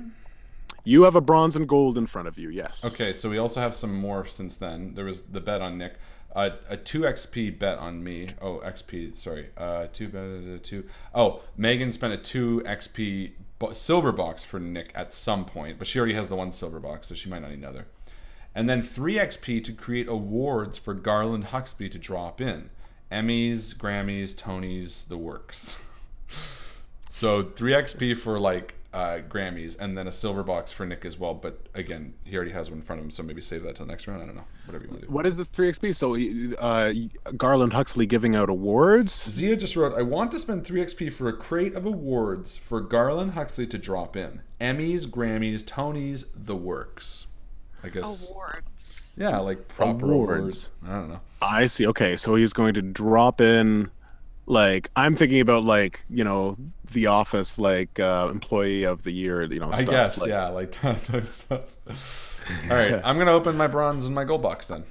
Okay, so roll 2d6s. All right. And Joe, I want you to roll a 1d6. I'll roll red for the gold box. So Okay. 3 and a 1. Why don't we start with your bronze boxes? Or we'll start with your bronze box, Harlan. Okay, so 3 for bronze, 1 for gold then. 2, Oh, 3. you're saying Okay. it's 12. Oh, I see. Never mind. What's that? So it was 4. It's 12 you wanted? No, I wanted a 1d6. Okay, I rolled a 3 and a 1. Okay, great. Yeah, so your 3, you open your bronze box and you find a set of marbles. Ooh. And it's in a little baggie, and there's a little note that comes with it, and it says, "Please look after these. I love them with all my heart. Love, Tam." And I look at it and say, "Stupid note," and I crush it up and toss it away. And I put the marbles in my pocket. Okay, and let's do your silver box, Joe. I rolled a 3. You rolled a 3, and so that you find an axe. Oh. An axe made completely of crystal. Ooh. And it glistens in the light, and the audience goes, "Ooh, ah." He sort of Or they picks don't, it up, because that's not programmed in them. picks it up and holds it over his head. Yay! Ha ha! Ha ha! And I'm going to go ahead and roll the other 2 bronze boxes and silver box quickly. I thought that was my gold box, the marbles? No, that was your bronze. Yeah. Oh, so you're going to roll... I get a gold box too, you said, right? Yeah, you got a gold box, and that was for the other d6 that you rolled. So I haven't done the gold yet. Oh, I see what you're saying. Okay, perfect. Yeah, yeah. Okay, so I'm going to go ahead and roll 3 d6s. And we got... Oh, there's a d20 in there too. A 2, a 5, and a 3. So for the 2, we have... Okay. So you see Constance. She pulls out a big hunk of meat with a leather strap attached to it, and it like kind of flops like to the side, and she kind of wields it kind of like a shield, and the audience starts laughing. And you're kind of wondering what kind of animal would produce a piece of meat like this. But it seems like it might help to stave off blows. The other roll was a 5. 2, 3, 4, 5. Okay. Awesome. So you see Russell, and he's got some sort of armband that he can type into, and he's looking at it intensely. And then the last one is for Yusuf. Okay, and he gets a plaid shirt. Yeah. He starts putting on a plaid shirt. Goes with the shotgun. Yeah. Does he drop the shotgun to put on the shirt? No, he doesn't. He puts it on Well, fire. you can only have one item at a time. Yeah. Yeah, I guess not. Okay, and let's do your gold box. So you rolled a 1 for your gold, right? Yeah. Yes. Okay. Give me something good. Interesting. Okay, so you find a golden scepter Oh. inside. And there's not much to it. You're not entirely sure what it does. If I touch my crown, do I disappear? Yeah, is it like gold on one side and electrum on the other side? It's not like that. Fucking throne, then Do you I get my turn dick sucked when I invisible, use bullshit. it? By Gary Gygax. Yeah. So it's a scepter, and I'm gonna say you do figure out what it does. So there was a Yeah, note otherwise it's gonna be pretty fucking useless to be a gold item, and I have no idea that what you it don't does. know. It's just like you're holding a scepter. Yeah. So it is a scepter of forgetfulness. Tap this scepter on the head of one person who you would like to forget something, and they will do it. And you can use it twice, 2 times. Okay.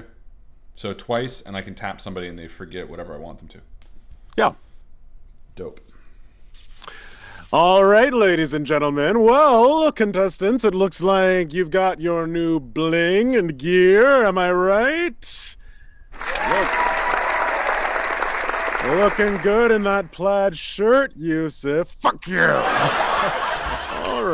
All right. Well, I think it's time you head to the next room. Now, bonus points for the audience members. You can redeem some of your credits that you've used on spending on these wonderful contestants. But now is a chance to earn some of that back. So here is the question that we are going to tie in to the mid-game poll. Nice. Sweet. It's the mid-game post, everybody. That's right, ladies and gentlemen. It's time for the mid-game post. That's where we stop the action. We jump to you over there in the Discord channel, and we say, "Hey, what's up?" Ladies and gentlemen, welcome to the middle of the film. I hope you're having fun. This is, of course, Running Dead with Justin Thomas James, and the question of the mid-game post is going to be what, Justin? Where were they in the first? What universe? I suppose I should say in the first instance. What universe were they in the first instance? I wouldn't even know that. You wouldn't know that? There were a few very I wanted to get to more clues, but there were a few clues thrown in. Running zombies. This is video game themed. Oh. I didn't know. Episode. Yeah. Video game themed. Okay, so running zombies, red lights, broken doors, computer terminal. Have I played this game? Yeah, you have. I have? Okay. Oh, yeah. Mid-game post. Mid-game post.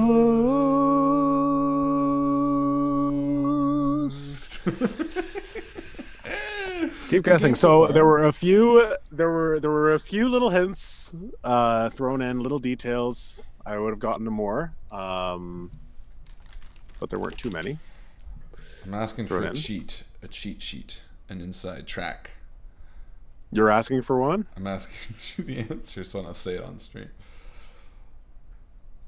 Oh, you know what? I thought so. Okay, that's funny. But you know what? That's funny because I thought when you said that one thing, I thought, oh, but that makes so much sense now. You're so right. You're so right. Well, yeah.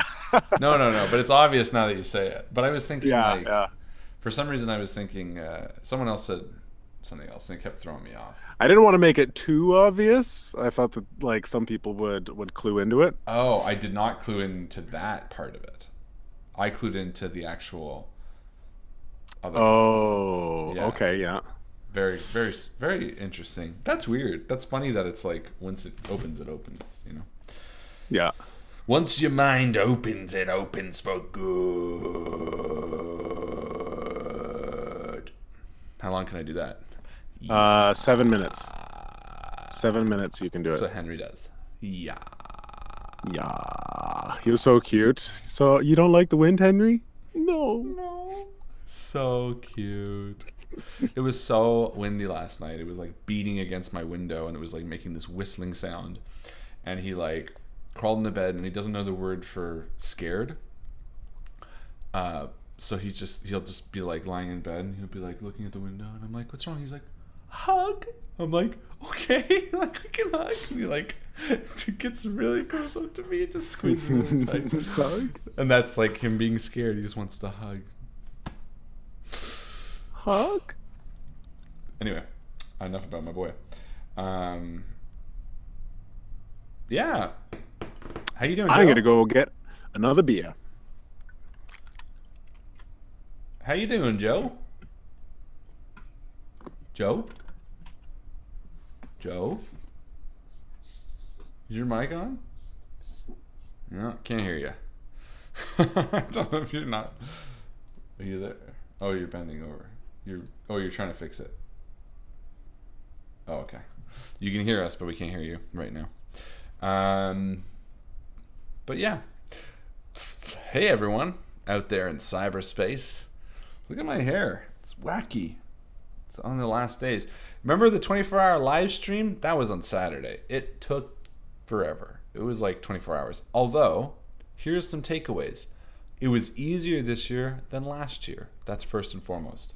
Personally, if I had to guess why, it was probably because Joe spent the entire time with me. It was really nice to get to stand up and jump around with somebody and to, like, you know, actually spend that time with somebody. So thank you to Joe for that.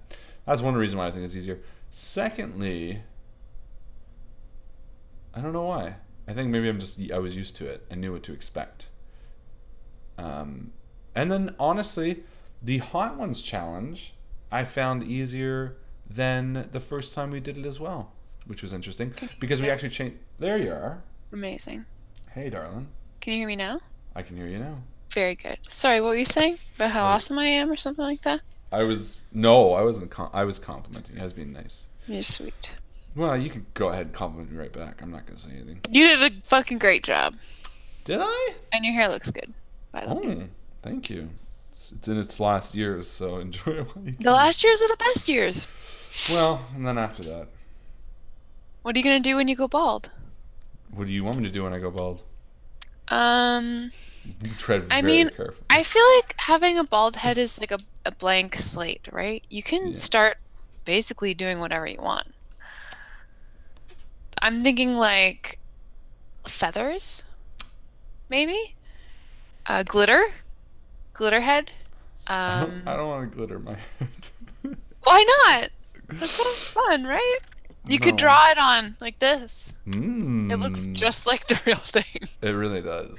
You can maybe I'll just rub it with scented lotions every day. Or linseed Scalp oil. massage. You're going to be okay when I go bald, though, right? Obviously. You sure? Are you going to be okay when I get go bald? older, losing my hair many years from now. Will you still be buying me Valentine? Only if you're not bald. Oh, God.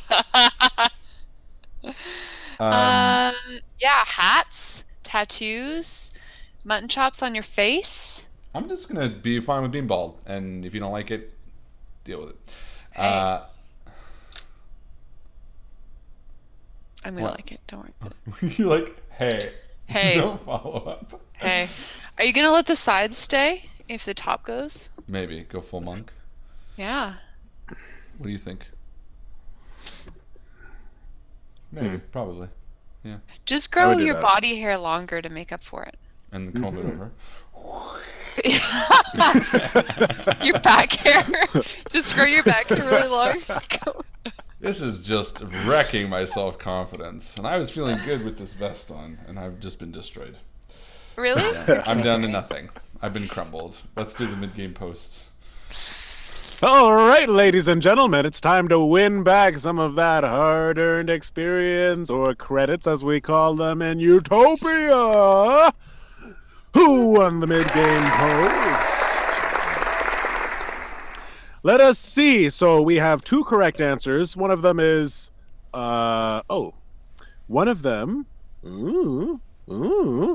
yeah, one of them is like a little too specific, but we'll still give it to you. All right, so I'm going to be rolling a 1d4. The answer, by the way, was Fallout. They're in the Fallout universe. Yes. Radiation Makes sense. right? Because the radiation, because of the actual console, which you use so much. The scientists, the dead like skeleton scientists, Yeah, use 100%, so much.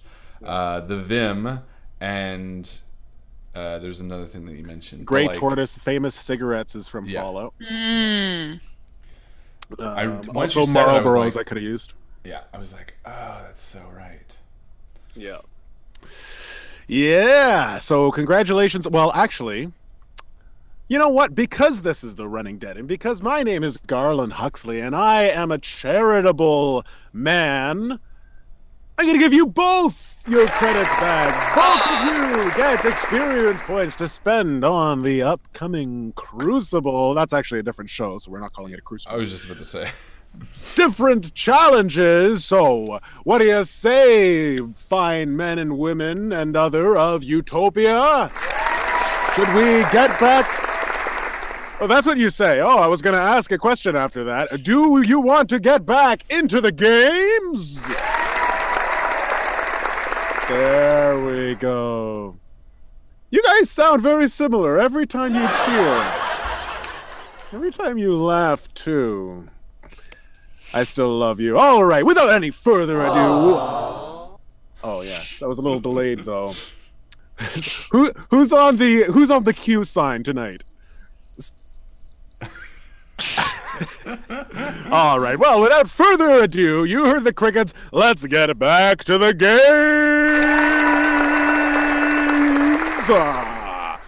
Darkness. What the hell was that? And a door clicks.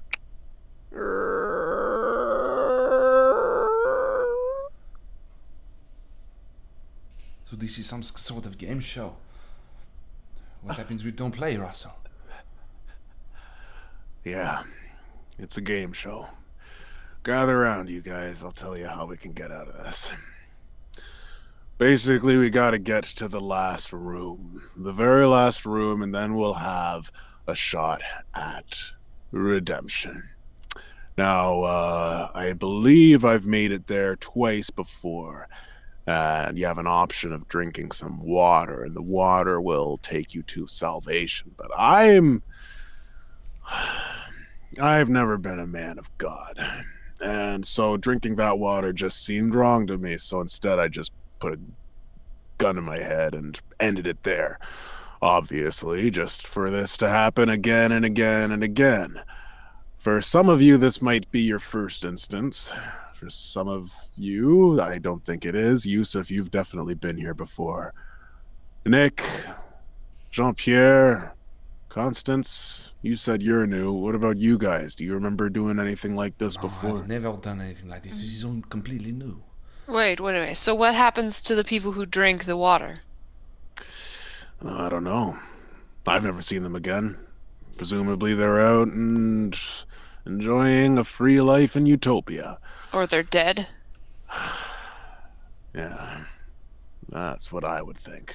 Alright, so listen, here's the plan. We all work together until we get the end. Alright? Yusuf has already left into the next room. Well, fair enough, you Do we hear any sounds coming from the other room? You hear screams or crunches? No, you hear some mumbling. And like you can look in through the door and you see Yusuf. He's picking up like it looks like a living room, and he's grabbing cushions on a couch and he's throwing them across the room and looking underneath. He actually flips the couch and dust just flies everywhere in plumes. Let's keep moving. And as they begin moving, I sort of hold Nick back a little bit and say, we need to get that gun from Yusuf. I think it's dangerous to keep it. We need to keep in mind it is an opportunity. Well, I think that you're the man for the job. Jean-Pierre, you are the bodyguard. Yes, what did you say your job was again? But you are the one that is quick with his hands. All right, well, he puts the axe over his shoulder. Well, I'll keep my eye open for an opportunity. In the meantime, I got your back. Let's go. I got yours too. And I walk into the next room. So there's couches in here, dust? Yeah, so it is a living room and it's completely covered in dust. It doesn't look like it's been lived in a long time, but it's quite nice. It's a nice little quaint living room, maybe from the 80s or 90s. There's a TV, like a fake wooden box TV in the corner. Nice drapes. The moon is shining outside. You can see out a front big window that looks into a suburban neighborhood. The moon is shining brightly and casting a pale blue light in this dusty room. What are we looking for? Yusuf, why are you tossing everything? So as you guys have moved into the room, you see Yusuf just out of the corner of your eye. He's at a door at the far end of the house. And he like squints at something on the door, and then he opens it, cocks his shotgun, and walks out into the street. No, hold on. What are we doing in here? You can't. We need to stay together. Yusuf, get back here.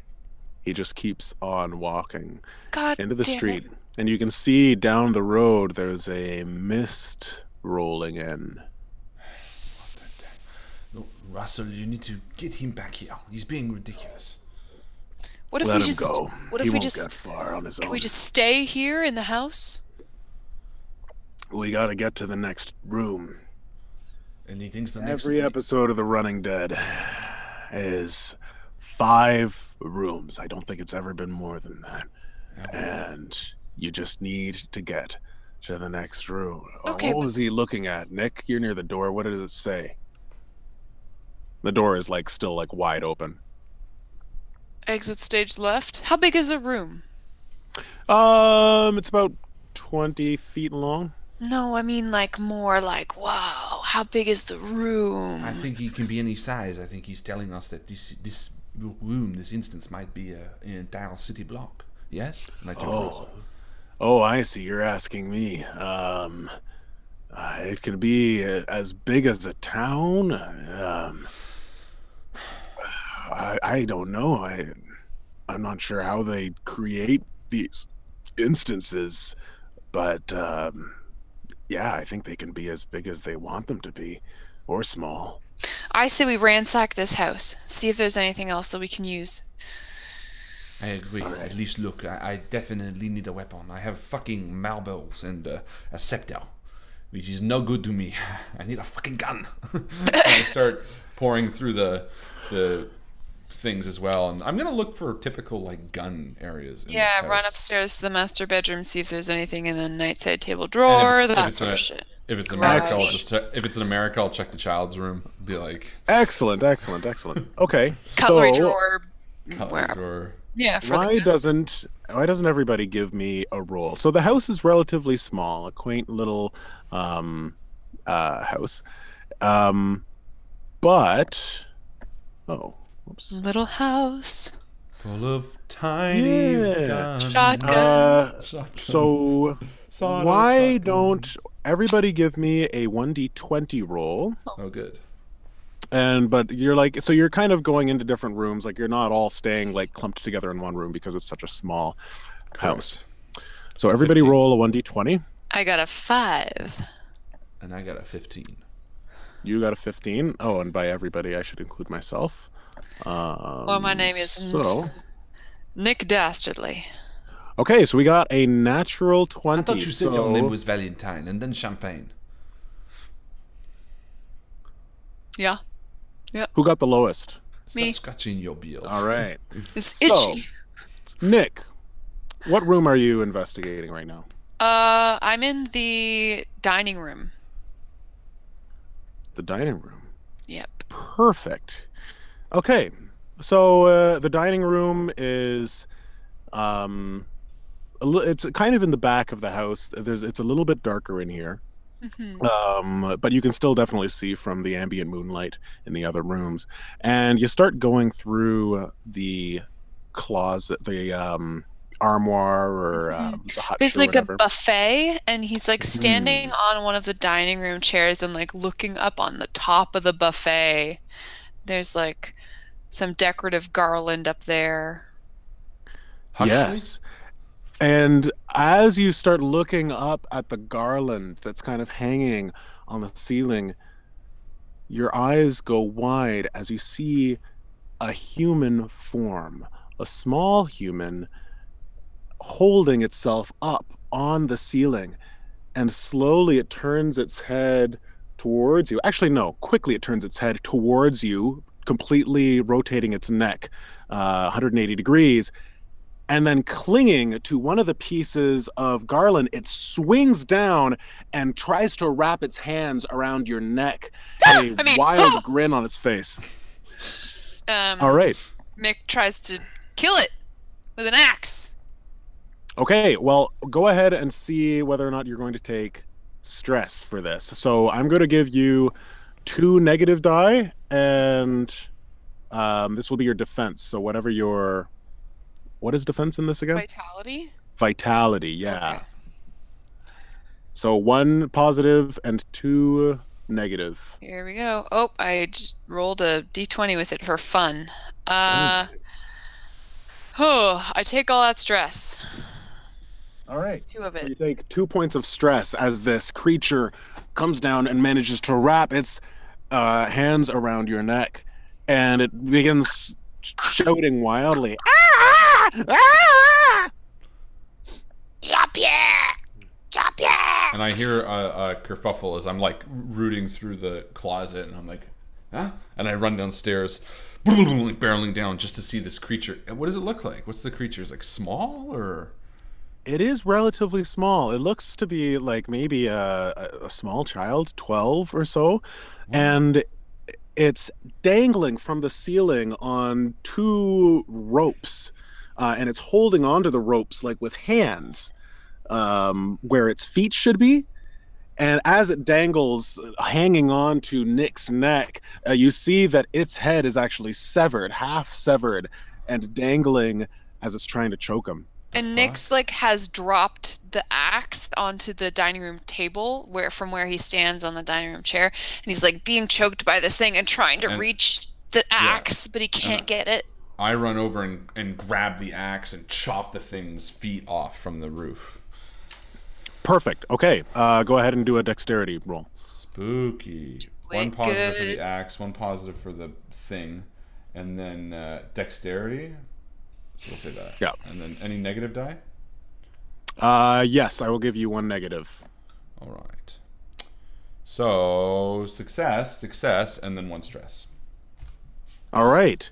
Perfect. Yeah. So take the stress as you swing the axe, manage to knock its hands off, and it falls from the ceiling, letting off a loud wail. And you can hear Russell's gotten into the room. He says, "What the fuck is going on?" As this thing crashes to the ground, sending a chunk of bone into your face that staggers you for a second there, Jean-Pierre, as it collapses to the ground, and it sticks its head up, and it's like the neck is twisted backwards, and one of its arms is broken, and it's just pooling blood as it starts crawling towards Jean-Pierre. Holy shit, what the fuck is that thing? Neck! And I take the axe and I bring it down into the thing's fucking head. All right, and I'll say it happens. The thing is on the ground, and according to the wiki, this is the best moment to kill them. So there you go. Merde! And I stand back and I hand the crystal axe back to Nick, and like the blood is all over me. And I'm like, what the fuck is that thing? Where did it come from? Are you okay? Yeah, it didn't scare me at all. Whew. It scared the fuck out of me. Okay, let's leave this house. Russell, did you find anything? Did you find a weapon? Yeah, there was a safe with a silver cross on it upstairs. I didn't have a chance to open it. I came running down. Do you guys find anything where you are in here? No. Just that creature that tried to kill me. Can we go, or? Unless you want to get that silver vault upstairs. Start heading outside. I'll run There's upstairs a vault? and check the Yeah. silver cross. Safe. The safe. Yeah, all right. We'll stay down here. Let's stick together. Be quick. There wasn't anything up there when I went, so I think you should be fine. And I just bolt upstairs, grab the silver cross, and come back down. No, it's a safe. It's a safe Oh, then I with a silver cross on it. I try breaking the safe real quick. It is heavy. It is heavy. You try to break into it? Yeah, I don't have anything that would work, but I will try. Sure, I'll try doing a quick lock pick or something, I guess. Logic, maybe? I'll try to. Sure. Oh, you're both up there. Yeah. Okay, Russell and Lady stayed downstairs. No, I don't Constance. succeed. Tabernacle, I can't open it. I don't know this type of safe. Just let me try. Here. Just give me a second. Let me shine my phone light. Give you a boost. Okay, so you've got this will be dexterity. Yeah, so I gave myself one it's extra dice dexterity? for sleight of hand. Mm-hmm. Oh, I would have succeeded if it's dexterity. Sorry, I did okay. succeed. Dexterity wise, Well, then yes. you do it. Sorry, I think you can do it. I think The safe Just try a is little harder. old, and you can hear very distinctly the clicks. It just takes a very fine tuning to get it right, and you do manage to open it there, Jean-Pierre. And I open it out in front of Nick as well. beginner's Perfect. luck. So go ahead and roll a d20. All right. We got a 3. 3. Holy shit. Okay, so inside you find a case of kerosene of some kind and a gun. It's a flamethrower. Oh, Yeah. well, you find a not the gun I flamethrower. wanted, but fair enough. Yeah, it's a way to light your cigarette again. Sure, I pull it out and I say, "This is a bit cumbersome. Do you want it?" The flamethrower? Yes. I think I'm okay with the axe for now. All right, and I strap on this fucking flamethrower. I'm like, let's see what we can do with this. Let's go. And we begin. I begin running downstairs. Both of you, so as you're strapping on the flamethrower, I want you both again to roll a 1d 20. 15. 8. 15 and 8. Nick? Mm-hmm. Okay. So we have 1, 2, 3, 4, 5, 6, 7, 8. Oh. Okay. What fresh hell is So, this? as you are making your way back down the hallway to go downstairs, Making your way downtown. Running Go. fast, monsters chasing past you. you see something out of the corner of your eye, some movement, and all of a sudden the wall lunges towards you and grabs you, tries to grab you. Go ahead and do a vitality roll. Again, you're surprised, so 2 negative and 1 positive. Woof. My second ones would be the negatives. Oh, so I succeed, but I take 2 stresses. No, it was towards me. This is to Nick, yeah. Oh, I'm sorry. Don't be sorry. You can take it if you want. I take 2 strain. Can I jump in All right. front and share the pain or something? Nope. But you can definitely help as it moves forward. So this creature is just morphed out of the wall. It's still got the old pink wallpaper on it, but it's definitely humanoid. It's just the torso of a human reaching out and clawing at Nick. And Gashing grooves into his face and chest. yeah, I mean, I'm not going to use the fucking flamethrower. So I grab Nick and I start, I don't know, punching the wall. What's your scepter for? It's forgetfulness. It's a neat but useless item. You're punching the wall. I guess. I mean, I got marbles and a fucking scepter. I tried to axe it. and a flamethrower. Can I grab his axe if he's like Again, can't? it's my axe. Well, I don't want. You I'm can trying to definitely help. try and axe it, Nick. I'm If- gonna if- axe it. I was only saying if you can't, I'll grab it. But if you can, then I'm gonna please. have one. I'm gonna give myself another one because I have an axe. Can Yep. can he give himself Definitely. another one because I'm helping as well? Yeah, if you help and you're like So- trying to hold the thing back or whatever, Yeah, or I'll keep do its arms something. down, distract him. Yep. With So my 3 and 1 scepter. negative. 1 negative. Yeah.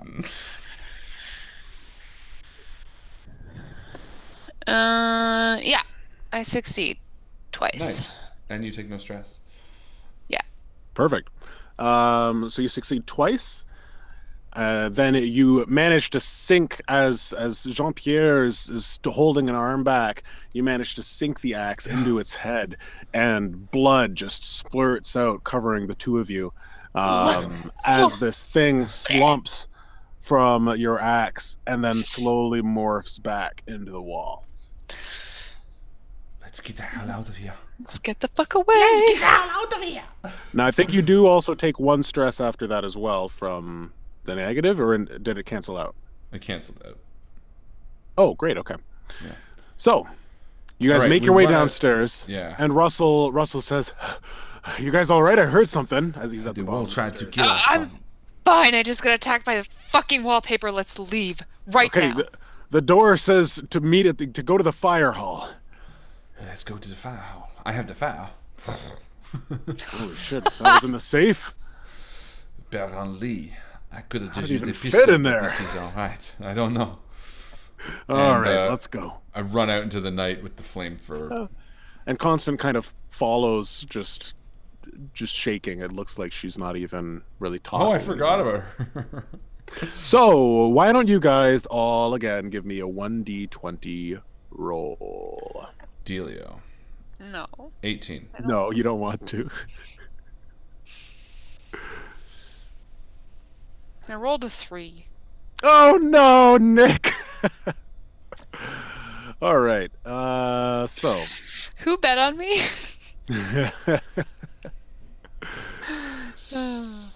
You don't even have to roll well. You just have to beat everybody else. Yeah, I know. That's the thing about running away from a bear. Bjorn wants You to don't give have 3 to XP. be the fastest runner.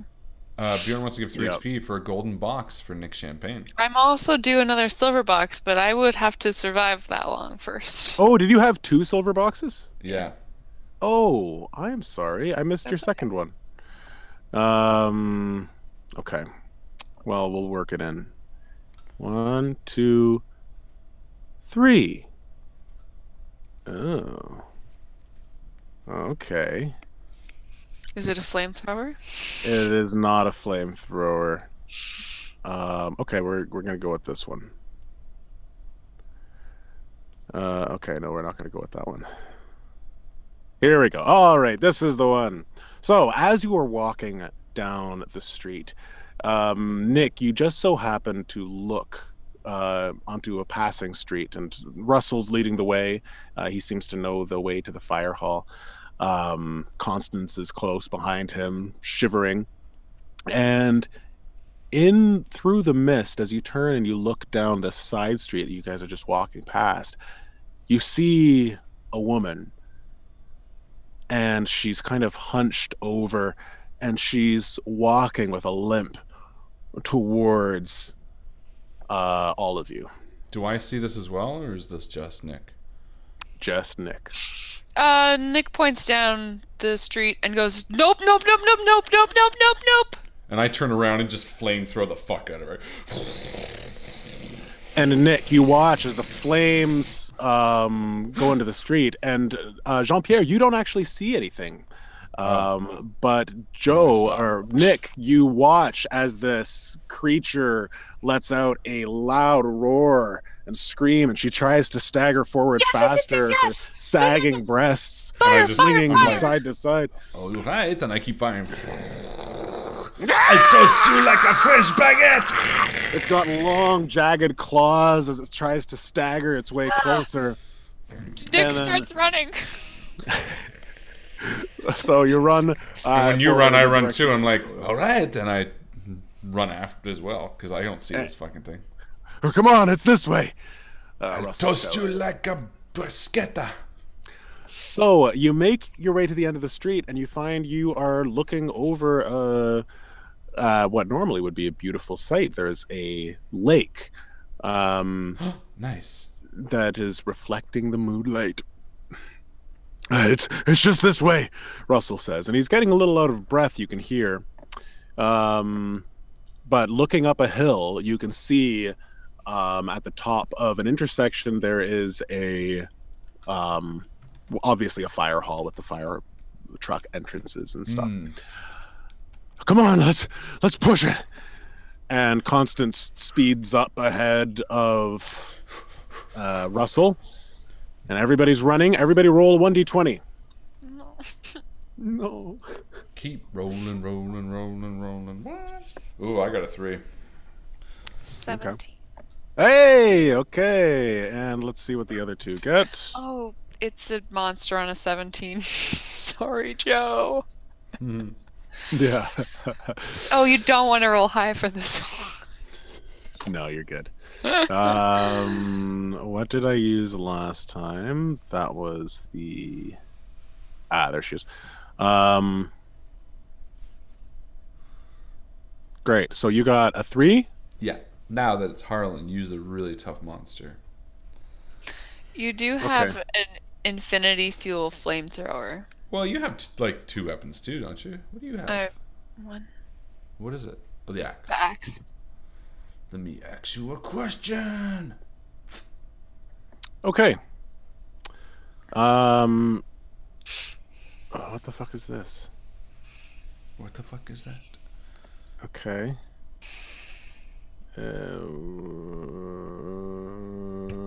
Okay. So, as you're running, Jean-Pierre,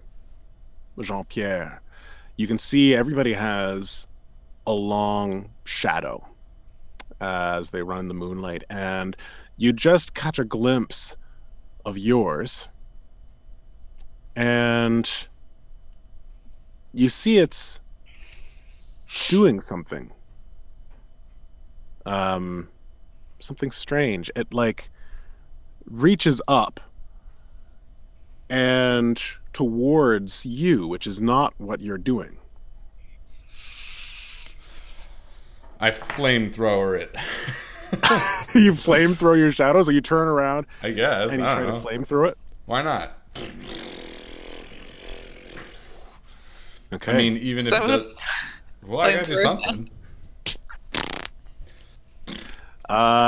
So it doesn't do anything. Your flames leave the street, and the shadow is still there.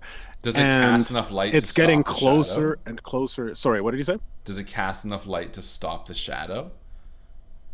Oh, interesting. So the shadow disappears for a moment. So I'm just gonna keep firing it in the air and running around so the shadow can't get me. And Nick, you watch. So the flames erupt and they become... My shadow is trying to get me Peter Pan style. And Nick, you see a shadow behind Nick now, or behind Jean-Pierre now, and it's reaching towards Jean-Pierre's neck. You can see its hands going up and going along the contours of his body from the backside now. He's still gonna get you. No, like I'm firing it above me. Like I'm trying to create light all around me. Oh, you're firing it up. Yeah. Would that be a good idea with a flamethrower? Doesn't it? I don't know. Like... I think the gas just kind of like gas is a liquid, right? Yeah. I don't think the flamethrower in the air because it would. Well, but I'm running too, so it'd be going behind me. I don't know. I mean, it doesn't fall right down when you fire it straight. It goes out in a jet. Can you shoot a flamethrower straight up in the air? Google search. Yeah, it's not one of the first hits. Weird. Man, what's okay, I fire it behind me then. I mean, I don't know. I fire it all around me. I can just keep going in circles. Okay, so you like get an area, like a clear area from everybody else, or you just do it with everybody there? I guess I'm like running along them in like a circle area. I don't know what the fuck to do. It's a shadow. It needs light. I don't have light. I have fire. Yeah, you've got fire. I mean, it would work. Just are you gonna flamethrow everybody else that's running with you? No, I won't kill them. Okay. No, I'll just be like. So everybody kind of steps back and watches as you stand in the middle of the road, flamethrowing yourself, and some of the side houses. To get me. I think he's lost it, Russell says to you and Constance, Nick. But you notice that Constance isn't paying any attention. She's a few steps away, and you can see she's cowering. And you turn just in time to see a dog running towards her, and Constance starts to back away, and as the dog gets closer, it's growling and snarling, but something seems wrong with its face. Its face splits open horizontally or vertically, and as it lunges towards Constance and sticks its opening sideways maw on her face and starts thrashing around, and you can hear muffled screams as she's running around the street with this dog on her head, and they fall to the ground. That's not natural. And they're rolling around, and Russell says, "Shit!" And he runs over to them and starts kicking at the body. "Help me, Nick! Help me, goddammit!" He runs over and just axes the dog. The dog. Creature. Okay, go ahead and give me two positive and one negative. I will. Actually, just two positives, because it's not attacking you. I hit 2 times. And this is all happening while Jean-Pierre is doing his thing. Jean-Pierre, give me dexterity to see if you can keep the flames going. Just in one or two? Or...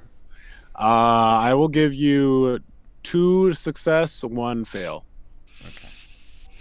I think it depends on the kind of fuel. You said like kerosene, which means liquid, but if it was like an aerosol, then it would be okay. I take a stress and 2 positives. So I succeed twice, you but succeed. I take a stress. So you feel like someone is strangling you. Actually, it feels like it's actually going into your throat. You can feel it starting to suffocate you as it's getting in more and more. And then all of the light around you reaches a fevered pitch, and you're sweating as this creature, you can hear it hiss as it recoils back into nothingness. And I run over to them, helping the dog and helping the woman that's attacked by the dog. And what do I see? Is Constance just being eaten? So you see the dog has been pulled now. The dog is dead. You managed to hack it to bits, Nick. But you managed to pull it back, and Constance's face is now just a skeleton skull. Bummer. She was bloody. Useless. So who voted for Constance? I don't think anybody did. Luckily. I don't think anybody did. Let's keep moving. And we hoof it to the firehouse. Excellent. So you make it to the firehouse, and you open the door, and it's complete darkness inside. And I fire a little burst of fire. Light up the area. And a shotgun blast recoils through the air. Go ahead and do a vitality roll. Oh, fuck. Success. Okay. You manage to dodge out of the way as buckshot flies through the air. Gee, tabernacle. Yusuf, it's Jean-Pierre. Nick hits the deck. Just keep them out there. Just you can't let them in. It's not time yet. Don't let them in. Come in. Come in. You're fine. And I look towards Nick, and I help Nick up. All right, Constance didn't make it. Not that you seem to care, but we are here. Have you found the door out of this area? I think this is it. I think this is it. What? You gotta be careful with that gun. I You're can't. gonna kill somebody. I can't help it. I'm sorry. I'm trying, but I. Listen, you guys want to come in here? Then fine. Get in here, and let's go to the next fucking room. All right, lead the way. And I walk up behind him as he turns around, and I touch the back of his head with the scepter. Well, so he's in the room. He's in the room already. That is. Oh. Well, whatever room I get he's up to just him, like he's just sitting in the corner. Yeah. Yeah, So you can whatever. try, but he doesn't have an open back right now. Okay, well, I touch the side of his head. I don't care. I need this guy to stop being whatever. Go ahead he and is. do dexterity roll. Yeah, so I'm just gonna be like, Obviously. oh, look what I found, and I'm gonna pretend I'm handing it to him. I'll be like, I think this is going to be useful. And the minute because he sort of touch someone with it, right? Yeah, you have to touch it to their head. Oh, to their head? Okay, so I'll be like, I think this is going to be useful. And I like fall and I like tap him in the forehead with it. Okay, in that case, do charisma. Sure. To see if you can deceive him. Sure. And he will roll as well. Do I get one for my likable trait? Not from him. Okay. Well, I did convince him at the beginning that to listen to me. Maybe that's coming back in a way. I'll just roll one anyway. Give me a 1 and a negative. Well, either way, I succeeded. Oh, and one more. So that was my success, and then my negative will be 2. So I take a stress, but I succeed. Okay. So take the stress. He says, "No, I don't want," and he tries to throw his hands up, but you do manage to connect the scepter to his head. Thank God, there's a moment of respect. And I just say, I want you to forget this other voice. There's 2 people fighting inside you. I want you to forget completely the one that is not truly Yusuf. And actually, while he's doing this, I'm just going to take the shotgun from him. Because I'm assuming he's like in a stupor, right? Yeah. So I'm just going to like take it from his hands. And then walk back and be like, I don't care whether it's the angry guy that's left or the soft guy that's left. Whichever one's the real Yusuf, I don't care. But at least we can deal with one. Where am I? And I'm like loading the shotgun as he's like, who are you people? You're in a It's game. all right, Yusuf. Yeah, what he said. What, a game? What kind of game? And the door closes behind Nick as he enters fully. And again, the room is illuminated. Well, congratulations, ladies and gentlemen. We have 4 contestants moving to round 3. All right. Well, it looks like our sponsors have been generous. Let's see. What do we have? Do we have boxes for anybody, Johnson? Yes, we do, sir. We have a silver box for Nick Champagne by Megan. And we have a gold box for Nick Champagne from Bjorn. And a gold box for Jean-Pierre from Carly. Well, congratulations to Nick and Jean-Pierre. I'm sorry. Russell and Yusuf, I'm sorry you don't get anything this round. Why don't you go ahead and open your boxes? We'll start with Nick's silver box. Nick, why don't you go ahead and give me a 1d6 roll? Nick tentatively walks forward and unwraps a 6. Unwraps a 6. Very nice. Okay, so this is your silver box. Okay, so you find a very hardy looking e-tool. What is an e-tool? Like an electronic tool? Oh, like a shovel. Okay, yeah. So you find like a good, solid military grade shovel that they use to dig like foxholes and stuff like that. Nice. So Nick sort of hefts that together with his axe. Yeah, double wielding. Double melee. And let's do the golds. So Jean-Pierre, 1d6, and Nick, 1d6. I got a 4. And You got I the have a 4? 3. 4. 3. Oh, okay. 4 and a 3. Beautiful. Okay. Okay, so Nick, you get a box, and I'll need to ask Harlan about that in 1 second. Harlan, you get the Invictus gloves. Gloves with 1,000 fingers, each with a gorgeous brood face on the tip, which when clapped gives the wearer superpowers. Oh. Just above average stats in, well, yeah. So it gives you superpowers for like 5 seconds. Okay. So I'll save it. whatever superpower you think, I mean, like, think of all of the superpowers that like we've got in the brood. See if you can think of a way to involve superpowers regarding the brood. Sure. And yeah, and for The witch's mark box? yes. I have no idea what that is. Okay, I don't know what it is either. What the heck would the witch's mark? The box from the witch's mark. I don't Is it remember like any does it do anything? Can it just have some fucking Luna bars in it that let me recover some Some stress? stress.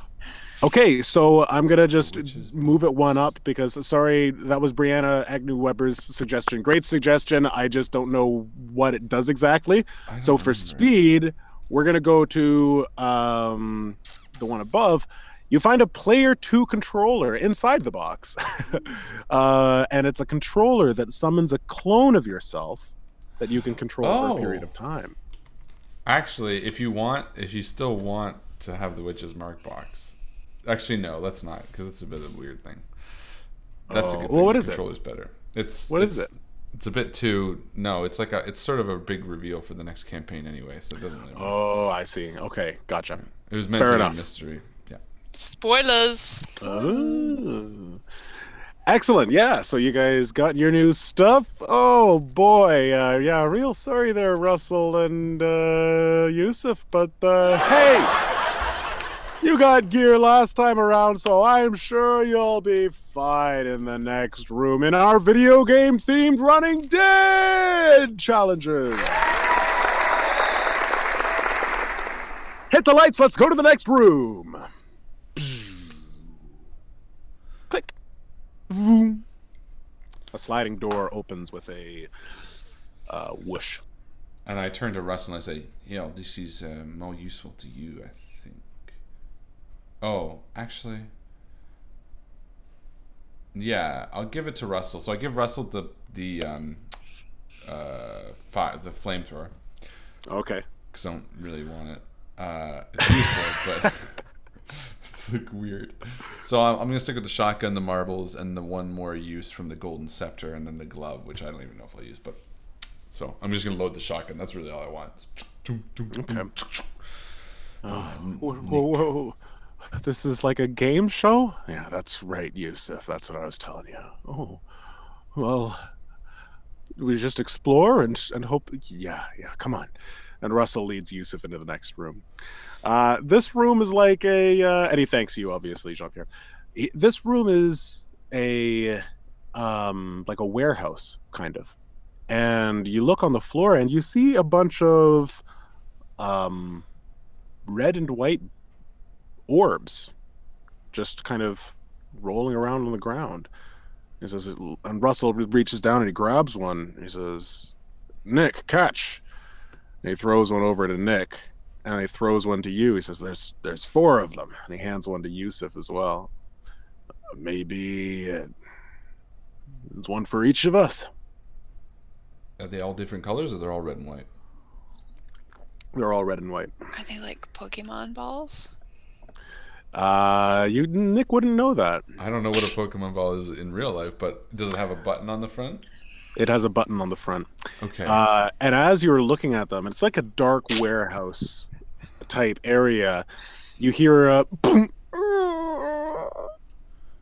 boom. And I look towards A Nick. window. The Oh, heck is yeah, there's a window there. that? Yeah, and we walk over to the window and take a look. Okay.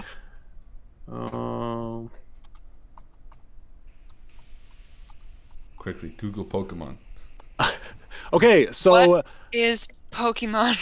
What's a Pokemon? so you see Name of blood Pokemon. smeared all over this glass wall. And behind it, you just see a hand in a misty area that's lighting up the room. But this hand is strange. It looks like someone's wearing gloves. It's the tips of the fingers are blue, and very scrawny fingers. It's Is there a big. door? It's really big. No, it's not really big, like a human-sized hand, maybe a bit smaller. Is there a door leading into this next room? Yes, there is another like sliding door, not unlike the Fallout area you were in. Okay, let's do this. And I cock the shotgun and I go to the door. my back against it, and I raise a shotgun up and I push it open with my back and enter the room. Excellent. So, you managed to. Well, it's not a. It's a sliding door again. I slide it with my back. Just do everything with my back.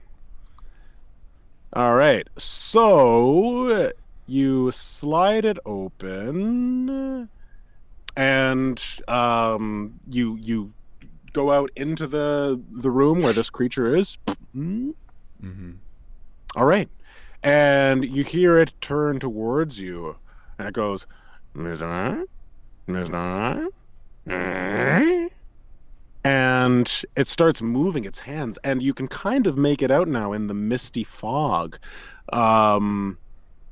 This creature has bloody hands. It looks like it's wearing white gloves, really scrawny pink arms. It's got balls on its shoulders and balls around where its hip joints should be. Long, skinny, white, bone-like legs, and these feet that are black and curl inwards at the tip. And it's got bright, rosy cheeks and a big, wide smile and these strange black appendages coming from its head. And it smiles at you as it starts stepping towards you. Damn it, neck! And I start firing at it. All right, go ahead and do dexterity. Yeah, fired it 3 fucking times. I'm gonna do 1 because of the shotgun, 1 because of the roll, and I'm gonna add an additional because I'm a crack shot. You are a crack shot, okay. Yeah. And Negative? I'm gonna give you 1 negative. Sure. For reasons that you don't know. Okay. I don't know what the fuck that is, by the way, Carly. Oh, wow. Okay, so the 2s cancel each other out, but I succeed. So no stress and a success. Wow, congratulations. Okay, so you can see some of the buckshot reflecting off of these invisible barriers that are going up around this creature. And a number of your bullets, though, do make it through, and they start hitting this thing, and it staggers back. Nick, what are you doing? Nick is staring in confusion at this terrifying monster, and turns to Russell and is like, "The flamethrower, the flamethrower!" Right, all right. And he runs into the hallway and starts firing as well. Let's see if he does well. So I'm only going to give him 2 positives, and he's going to get a negative as well. Okay, so he succeeds on 1. And he's firing away at it. And then Nick looks at the item in his hand and is like, looks at his axe, doesn't want to get close to this thing in melee. I'm gonna press the button, and he presses the button. And the button doesn't do anything. It looks like it just. Oh, actually, you know what? Fuck that. Yeah, the button does something. So you press the button, and all of a sudden, the ball pushes itself open, and there's this bright blue light. Ah!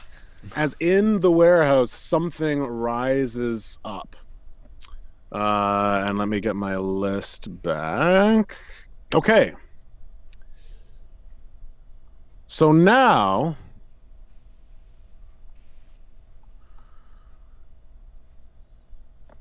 oh my god. You see this creature emerge from the light.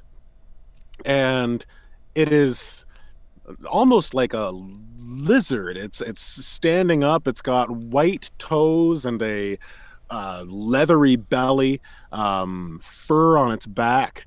But the strange thing about it is and it maybe comes up to mid-thigh height, but it's got a skull where its head should be, an animal skull, and you can see eyes sunken behind the skull as if it's wearing the skull over its actual head.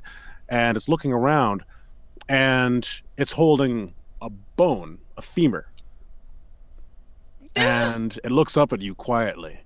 And I spin and start firing at that too.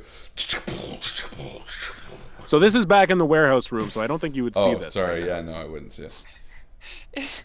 Is it being nice to me or is it being mean to me? It's watching you expectantly. It wants to eat you. Kill it. It's Kill it with fire. low growl. It's got a low growl. Don't eat me! Eat that thing!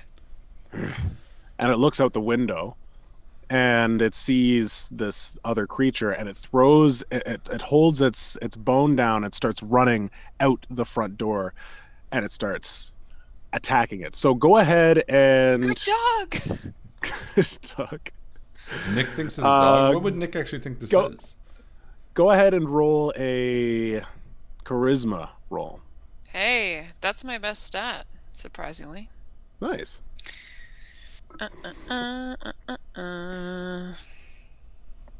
Success. Perfect. So this creature runs and it smacks the leg of the original creature, and the original creature is burning. Russell seems to be fiddling with this flamethrower. It's not shooting anything right now. It had previously, and the leg cracks of this creature as it falls to the ground. Bullet wounds piercing its chest, and it's trying to move its hands to protect itself, but the creature that you summoned keeps on whacking it and whacking it and whacking it and whacking it and whacking it with the bone. Go, creature! And eventually the thing dies. Nice. Yeah! Yeah! Control that thing, Nick. Is this one of your smuggles? Yes. Actually, technically it's knocked unconscious, I think. And then I throw my ball at it. I go over with my axe and I cut its head off. It doesn't do anything when you throw your ball at it. Oh. It's completely dead. I thought that's how you catch these things. I do not know. Nick, well done. How did you know to do that? Just had I don't know. You know, my for God. a man who didn't care too much at the beginning of this, you seem to start caring. You want to live, don't you? I was excited that I was able to help, I guess. Oh my God, says Nick, Yusuf you do as have a heart after all. Yusuf makes his way out of the warehouse room and into this fighting area where you guys were, and he says, "Yeah, this is Pokemon. I remember this. I know this. No, you can't catch it if it's dead. You can only catch it if it's like weak." Shut up, nerd. I'm kidding, of course. And he looks down at his Pokeball longingly. He says, "This is called a Pokeball."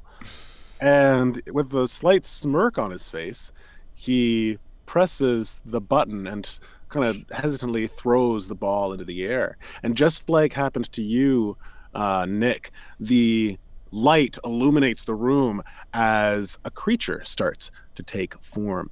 Now, this one is very different from yours. This one is massive. You can see from the light that it just keeps growing and growing and growing. And it's a giant, almost dinosaur-like creature. It stands. It's got brown, leathery skin. I'm trying to pull it up here. Wait, who did this with their ball? Yusuf. Oh no. Yeah, okay, so it's like, and it's got these sharp fangs, big mouth. It's got this pouch that just seems to be oozing with blood and ichor just like pouring down. It looks like it's got like plate armor around its body with these two yellow horns and red eyes. And it stares down at Yusuf expectantly. And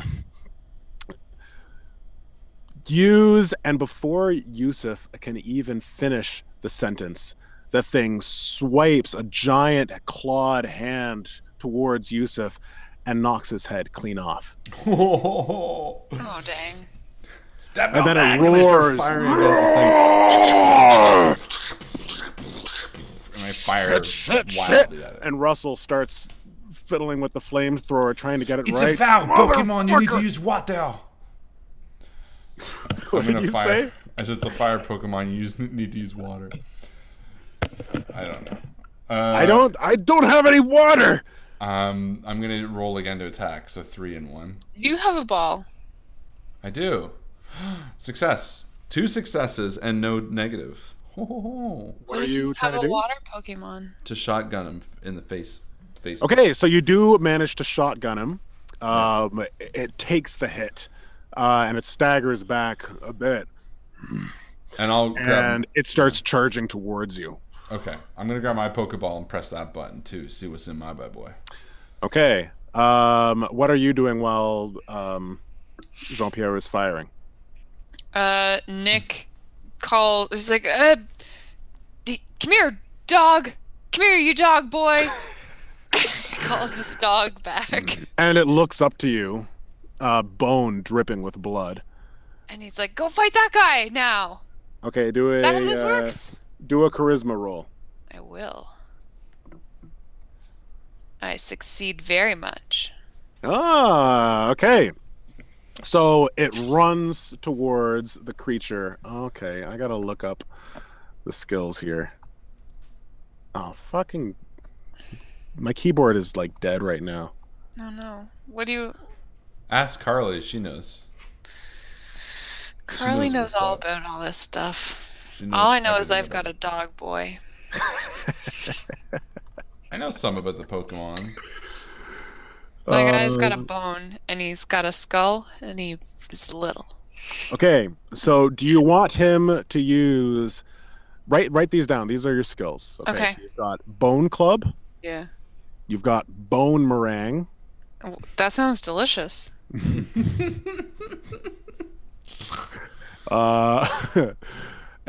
got... Ooh, that one sounds good. Bulldoze. Oh. Earthquake Skull Bash. And you've got Thief. Ooh. Thief. Use thief. I'm a thief. Oh, Thief deals damage and steals the target's held item.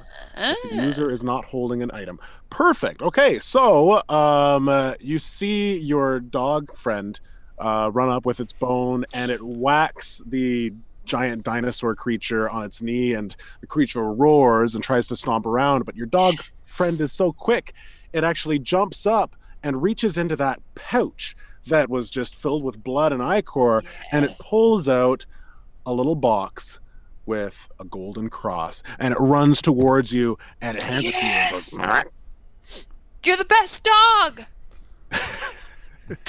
I'm dying to know what comes out of Harlan's Pokemon ball. So you throw the ball, and okay, no, I'm not going to use that one anymore. Squirtle. Okay, somebody roll. I want you to roll a 1d100. Done. Consider it dead. I rolled a fucking 53. 53. I hope that's a Okay. It's a Mewtwo. I don't think it's a Mewtwo. What is number 53? Pokemon 53. Oh, okay. is- Drum dick, please. It's Persian. It's a cat. Yeah, so Nice. out of the light emerges a beautiful cat with a like perfect white coat, and it has a ruby inset in its forehead. And I And say, it turns back to you with disdainful looking eyes. don't get mad at me. You're trapped in the ball. I will set you free. Go attack. What's my accent? Go attack that thing. Do a charisma roll. Go attack the thing. It's what you do. I need to make sure my accent sticks. Can I go likable on my creature? Yeah, definitely. Nice. So success. 2 successes. Perfect. So your cat turns around and lunges for the dinosaur thing's face. Get a cat. go get it, cat. So you got a cat and a Yeah. bone dog. Would you like to use scratch, growl, bite, or fuck, the last one's always going to be the best one. Or I didn't know that. hyper beam. Or what? Hyper beam. Yeah. Hyper beam, it is. Would you like to use snivel, sneeze, whimper, or fucking kill everyone? That's the fourth option. Yeah, let's do Hyper beam fucking deals kill damage, everyone. but the user must recharge on the next turn. Okay, so then it's not going to have a turn next time. Who cares? So What does it look hyper like beam. when Your this cat cat- explodes? your cat like puts its paws down at its head between its paws, and the ruby on its forehead begins to glow brighter and brighter and brighter until a beam, not unlike Scotty's from Star Trek. Does he do that? Or if I What think the I'm mixing fuck are references you, here. Scotty? From you mean the fucking engineer? No fucking From X-Men. From X-Men. You know X-Men. Star Trek? Is his name The Scotty? Fifth Element. Scott, the actor, I think is. Oh no, Is you're his right. name Scott Scotty? something. I think it's Scott Scott something. So, anyways, he like your cat does the thing, and then the beam shoots this stuff. Scott And Summers or then- something. What's that? Scott Summers, isn't it? I don't remember his name. Yeah. So yeah, this thing recoils back as this beam hits it, and now it's going to go and attack your two creatures. Try. In one fell swoop, it Whatever. throws its hand down, and we're just going to do d20s, and if it hits, then your creature's dead. But if it misses, if your creature dodges the hit, so I'll roll and we'll see what I get, and then we'll see whether or not you guys can dodge it. Nice. Okay, so he got a 17. Oh fuck. So So let's we have see. to You roll guys, against yeah, if your creature Dodged. really Natural natural 20. one.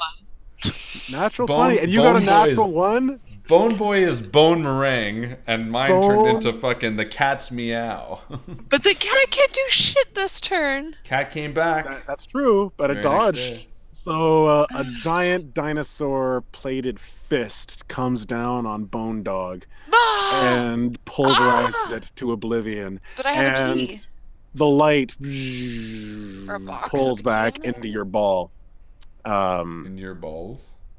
Yeah. I'm gonna. Well, my cat might not be able to go, but I'm gonna fucking fire my shotgun viciously at this thing's belly button. Go for it. Nick, are you going to do anything? Nick looks in the box. What's I in the hit it, and I box? take a stress. By the way. Perfect. Okay, so you hit it as this thing comes around with its tail that you didn't expect and smacks you against the wall. Okay, go ahead and roll a 1d. Actually, no. I'll tell you what you get. Roll a 1d6. Rolling, rolling, rolling, rolling, rolling. 4. 4.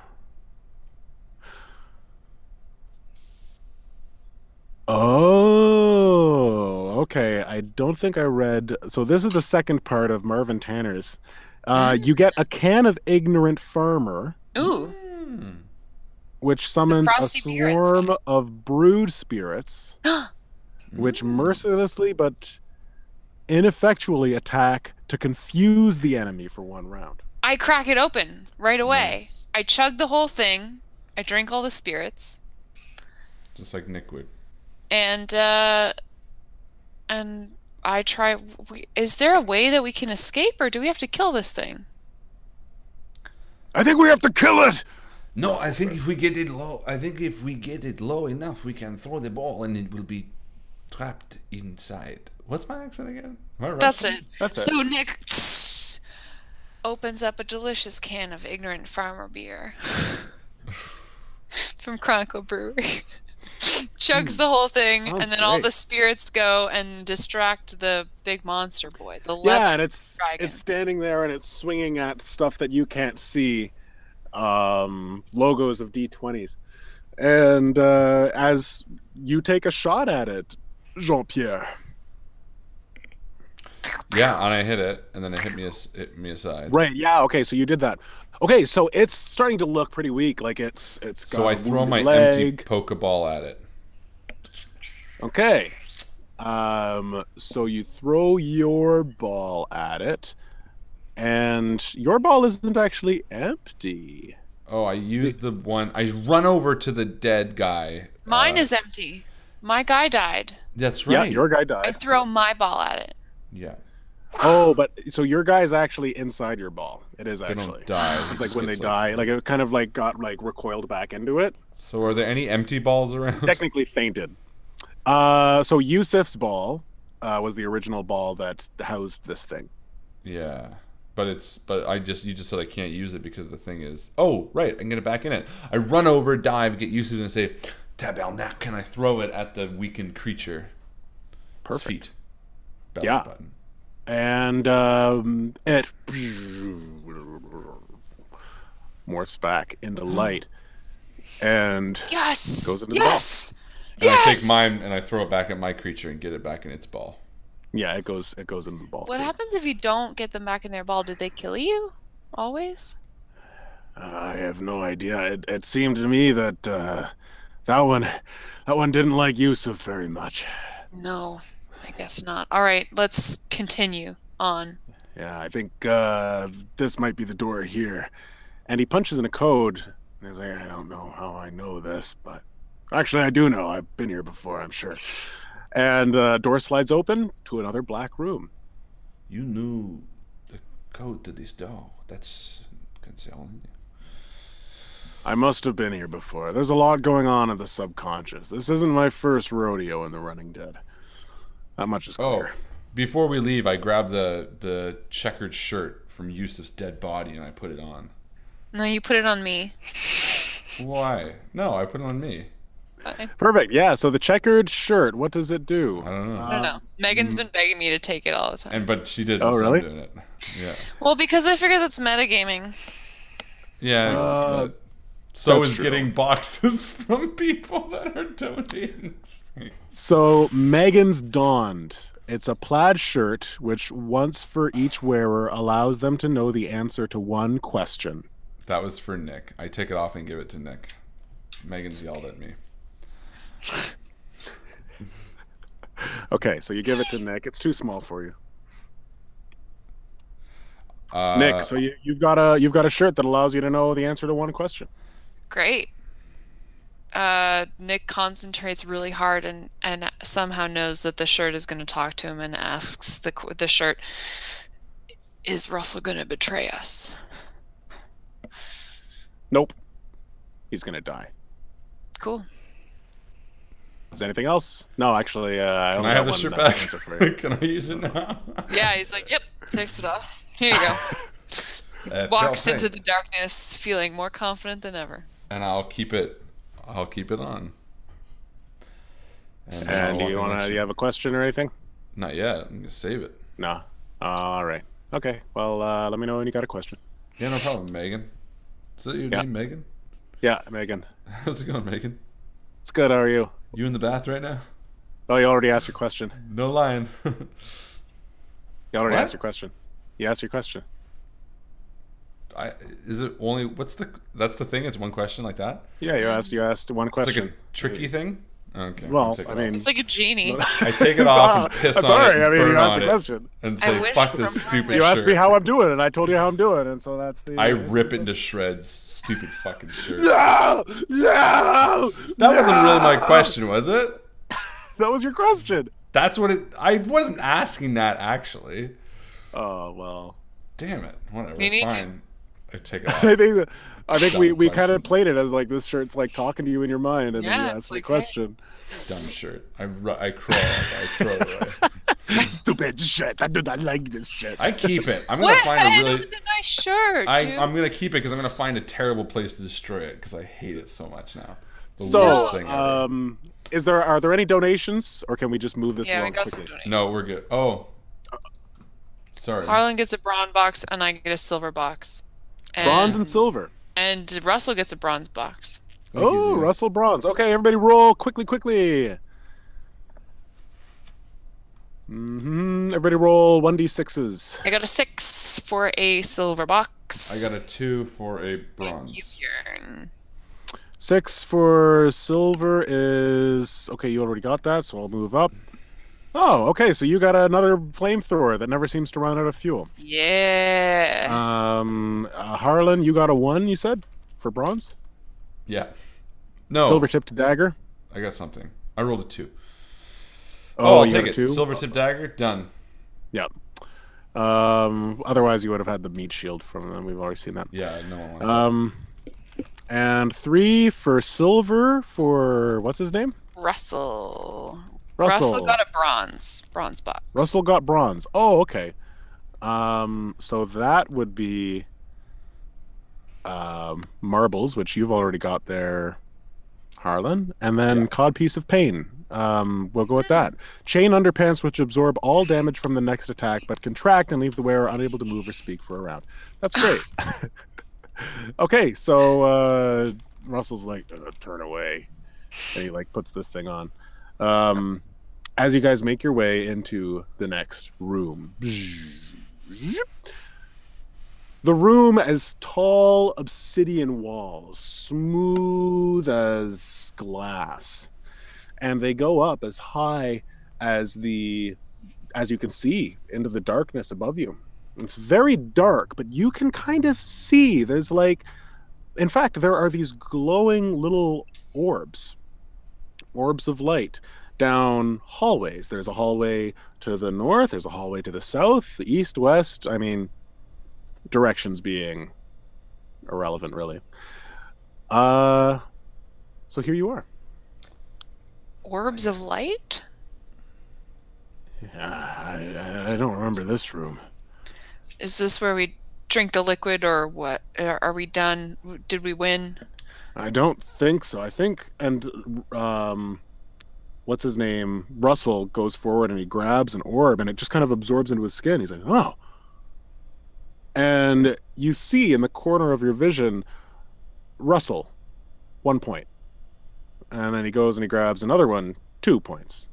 3, 4. And he's like, oh, I think this is a point game. And he's like kind of walking, he's picking up speed. Nick And all of a activates the sudden- player 2 controller. Oh, sorry. Oh, nice. Go for it. Go for it. But as he's getting close to a corner, you see a giant apparition round the corner. I know what this is. And it's got a long maw that's open, Waka, waka, and waka, its waka, eyes waka, are waka. wide. And it just it goes towards Russell, and he turns around, and there was fear in his eyes for a moment, but then he throws his hands up and kind of shakes his head as the apparition absorbs him and moves towards you. And you see another one coming around the corner as well. This one's got a red tint to it, and it's converging on the two of you. So, how we gonna do this? Yes, you were correct. This is Pac-Man. Yes. How do you play Pac-Man the RPG? Well, I'll tell you. Go ahead and roll a d10, both of you. Waka, waka, waka, waka, waka, Also, waka, waka. roll a 1d100. Also roll a 1d100. A 1d10 and a 1d100. So I Okay. had 2 and 4. Okay, so you managed to collect 4, eh? I rolled a 5 and a 29. 5 and a 29. Okay, so both of you guys turn like round corners, different corners. Are you going the same way or Waka, separate waka, ways? waka, waka, waka. Other corners, I guess. Different ways. Okay, Yeah, I think because Nick summoned he's the player 2 controller, like a phantom Nick shows up and like yeah, we go perfect. separate ways. Excellent. So you guys get your 1d10 worth of orbs points, and unfortunately, with your 1d100 rolls, anything under a 30 is a ghost confronts you and gets close to you, and you have to use one of your items to get rid of it. And that's either sacrificing the item if it's only one use, or it's Perfect. I'm yeah. gonna pull out my superpower glove, and I'm gonna like trigger it to do that thing where I turn into the Pac-Man that eats the ghosts, and I'm gonna be like, oh, okay, whoop, whoop, so whoop, whoop, whoop. power And cookie. and the ghost who gets like scared, I'm like, nah, and I'm gonna go like superpower too. Like I'm gonna really use this thing. I'm gonna go, so I'm gonna like sped up double time game ghost eating Pac-Man, and I'm gonna like smoke this fucking thing and like chase down 2 ghosts, and I'm like speeding through the fucking alleyways, and Okay. I'm just gonna really abuse it for like. Excellent. Go ahead and do 10d10. Okay. So a D100. No, Yeah. it's different because you've got Oh. at least 10 points. And so for you, Nick, what are you doing? How do you get away from this 10d10. ghost? So okay, I got 4, 1, 5, 8, 7, 7, 4, 7, 6. Well, Add that up. Oh. I feel like Nick would have, with my ghost dude, with my phantom Nick, Yeah. rolled twice maybe on that Yeah. D. Yes. Yeah, definitely. You can 100 roll or twice D10? on the D100. It means that one of them is going to get confronted. And so if that's you, then you can use something else. So roll twice. Well- So roll a second D100 and 16. another D10 as well. I got 51, by the way. 51. Okay. Good And a stuff. Mark that down in addition to the D10 that you had. So, So I got another 5 on my D10. Okay, so you've done 2 D10 rolls, Yeah. and your original and your apparition run into ghosts. Okay. So your apparition, I think, gets absorbed Yeah. unless you and can think of a way. my dude is going to throw my e-tool. Your E-tool. Oh, And the great. Okay, ghost. so you sacrifice the E-tool. Yes. Perfect. Okay, so the ghost vanishes. And then you hear, yeah, you guys continue. So let's do another round. It looks like you can hear the voice of Garland Huxley booming through nowhere in particular. You can see that Jean-Pierre is in the lead by quite a bit. It's going to take some antics for Nick to beat his competitor. I got a 9 and then a 31, so I got 1 point over what I need. You got 1 over. Okay, so you successfully avoid ghosts, and you got a 9 for the coins? Yeah, so that's how many I get? Yep, that's how many you get. Joe, what did you get? 7 and a 54. Beautiful. Okay, so you Nice. successfully avoid ghosts as well. And So we yeah, roll let's again? have a tally. What are you both up to? 64. 17. 17. All right. And let's do another round. Come on. Damn it. 2 and 3. All right. So you're up to 66, and a ghost comes around the corner. 69. 5, 6, 7. Sorry, 69, 67. yes. I'm an idiot. No, 67. You were at 65 before? 64 before. So Plus 66. 3. Oh, plus 3. Gotcha. Yeah. 2, and then I'm going to throw my marbles at the ghost. Perfect. So you throw the marbles, and they start rolling down the hallway, and they round a bend, and the ghost actually starts following them. Nice. And Nick. I rolled a 7 for my points and 88.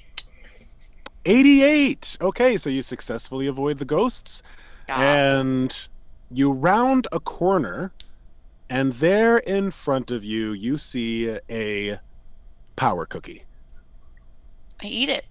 Or use it somehow. You use it. So Take it all up of the your ghosts, butt. you see a ghost rounding the corner, and it's trying to get you, but all of a sudden you eat the power cookie, and then it turns away and starts running away. So roll 10d10. I chomp it so hard, and it gets so afraid of me. Chomp, chomp, chomp, chomp, chomp, chomp, chomp, chomp. All right. I'll add this up Good shortly. luck. Do I roll a 10 and a 100 again? Yes, you can roll again. Rolling, rolling, rolling. I got 0. Oh, no, that's a 10. That's right. But I 10, got 20. okay. So I have 10 points, so I'm at 77.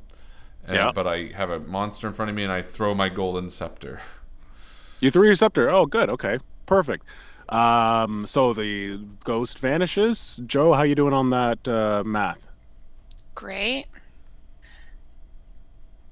I'm getting different numbers when I add it up, so I'm just gonna do that one more time. 4 plus 2 plus 4 plus 5 plus 2 plus 2 plus 9 plus 5 plus 9 plus 9 is 51. Plus the 24 that I have right now is I have 75 points.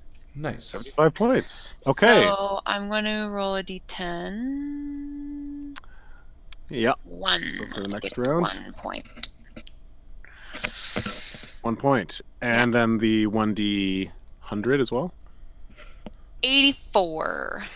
84. Okay, so you successfully avoid ghosts again. Okay, we've got one more round. Since for all the beans. For all the beans, go ahead and roll. I got a 10 and I got an 85. Oh, very nice. Okay, so you So I successfully avoid ghosts. Success, and I end with 87 points. 87 points. And Nick.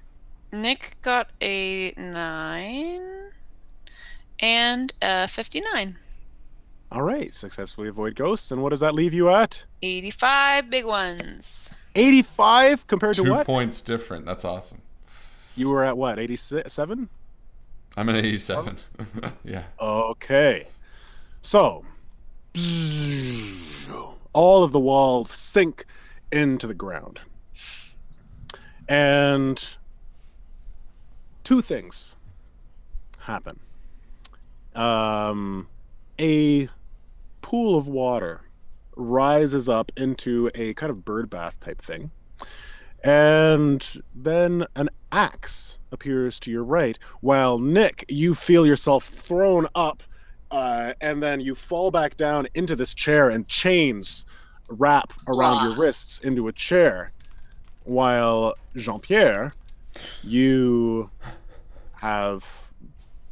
completely free. And you see this pool of water, and you see the axe, and you hear the voice of Garland Huxley. Well, well, well, it looks like we have a victor. Or is it quite done yet? Jean-Pierre, you have a choice ahead of you. Nick has done some terrible, terrible things in his life. Nick, why don't you go ahead and tell all of our viewers what it is exactly that you have done. And Nick, for a moment, you feel compelled to tell the truth. I mean, I didn't think it was so bad at the time. I guess that it merits me being in this crazy video game means that it was bad enough. I was a smuggler, sure. You know, hiding illicit goods from the law, of course, but who doesn't do terrible things for money? I didn't kill anyone. Well, not directly. Do you know how many people die of alcohol poisoning every year? Thousands. Thousands upon thousands of utopians have died thanks to this smuggling man who says people need a drink. Well, Nick, luckily you have someone else who's going to decide your fate, for if it was me, I would not be kind. So, Jean-Pierre, you've made it to the end. You defeated the Vault 101 and the Pokemon and Silent Hill and, of course, Pac-Man. But now can you dish out retribution? As the victor, you not only have the chance for your own salvation, he gestures to the pool of water, but also you can enact our judgment on Nick. What do you want me to do? I don't understand. What does the audience want? You can either Or let him be. Or, if you truly are a saint, you can let him drink some of the water and give him salvation before you take it for yourself. And I look at Nick in the eyes. Well, what do you want? Jean-Pierre, I'm not... I don't know. I'm not a murderer. I don't deserve this. Please, have mercy. Of course. I'm not going to kill you. I don't know. Maybe this salvation liquid is the right way to go. And with all of the best intentions, he looks down and says, I don't know Nick before today, but I believe he deserves salvation. I choose for him to have salvation. Perfect. So you let him, you bring some water over. Yeah. There's a little chalice next to it. Yo, my friend. And I bring the chalice over to Nick's lips and I like pour some water in his mouth. And the audience gasps. And what about you, Jean-Pierre? A little bit of that salvation for you as well. I wait to see what happens. Does anything happen to Nick? Nick vanishes. Bye! Body rises into the air like ones and zeros. Jean-Pierre sort of looks around. My options are salvation or what? Or you can kill yourself, I suppose.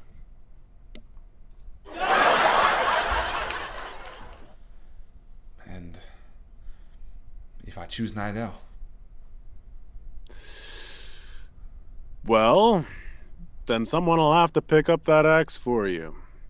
Only you can choose your own salvation. We won't force it down your throat. Sorry, so the axe is for killing myself? It was for killing Nick, but you gave Nick salvation, so... So either I can kill myself or I can drink the salvation liquid. Yeah.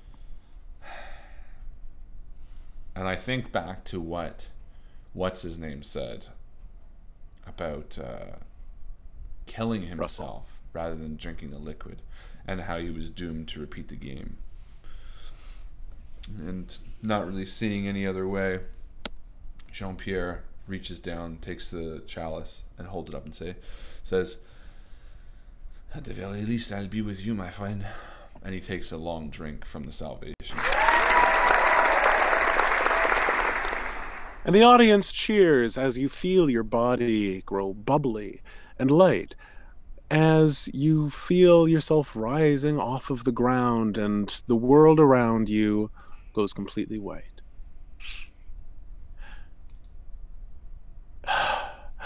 You hear the sound of machines. Beep, beep, beep, beep, beep. Nick, as you open your eyes and look around a completely sterile white room. Oh, where am I? Oh, I see you're awake. Well, here, you don't want to have any solid foods quite yet, but I've brought you some water and pudding, and that should be just fine for you. Ah! It's okay, you're fine.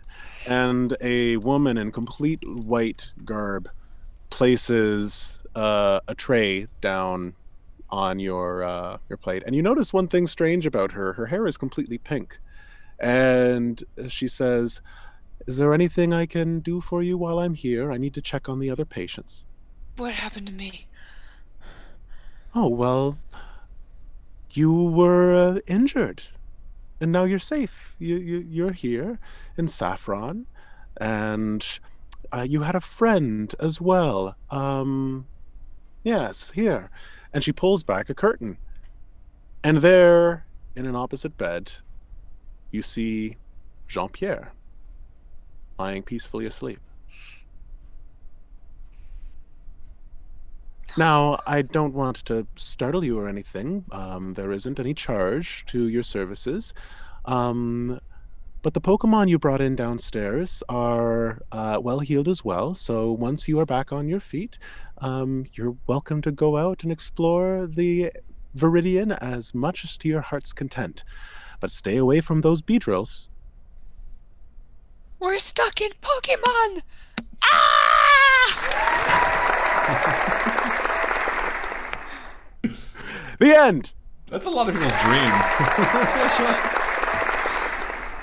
I There just we go. wouldn't know what to do. Where Me to start. neither. I'd be excited to explore, though. I'd be like, cool. My question about Pokemon is, are all the animals Pokemon? Like, do you eat them? Is everyone a vegetarian? That is a really good question. Do you eat like a Charizard? This Charizard's so good. Mm-hmm. Good question. Great. Game, Justin. Sorry, I was yawning. Thanks, the whole Dustin. time. Woohoo! Thank you very much. Thank you. Dead.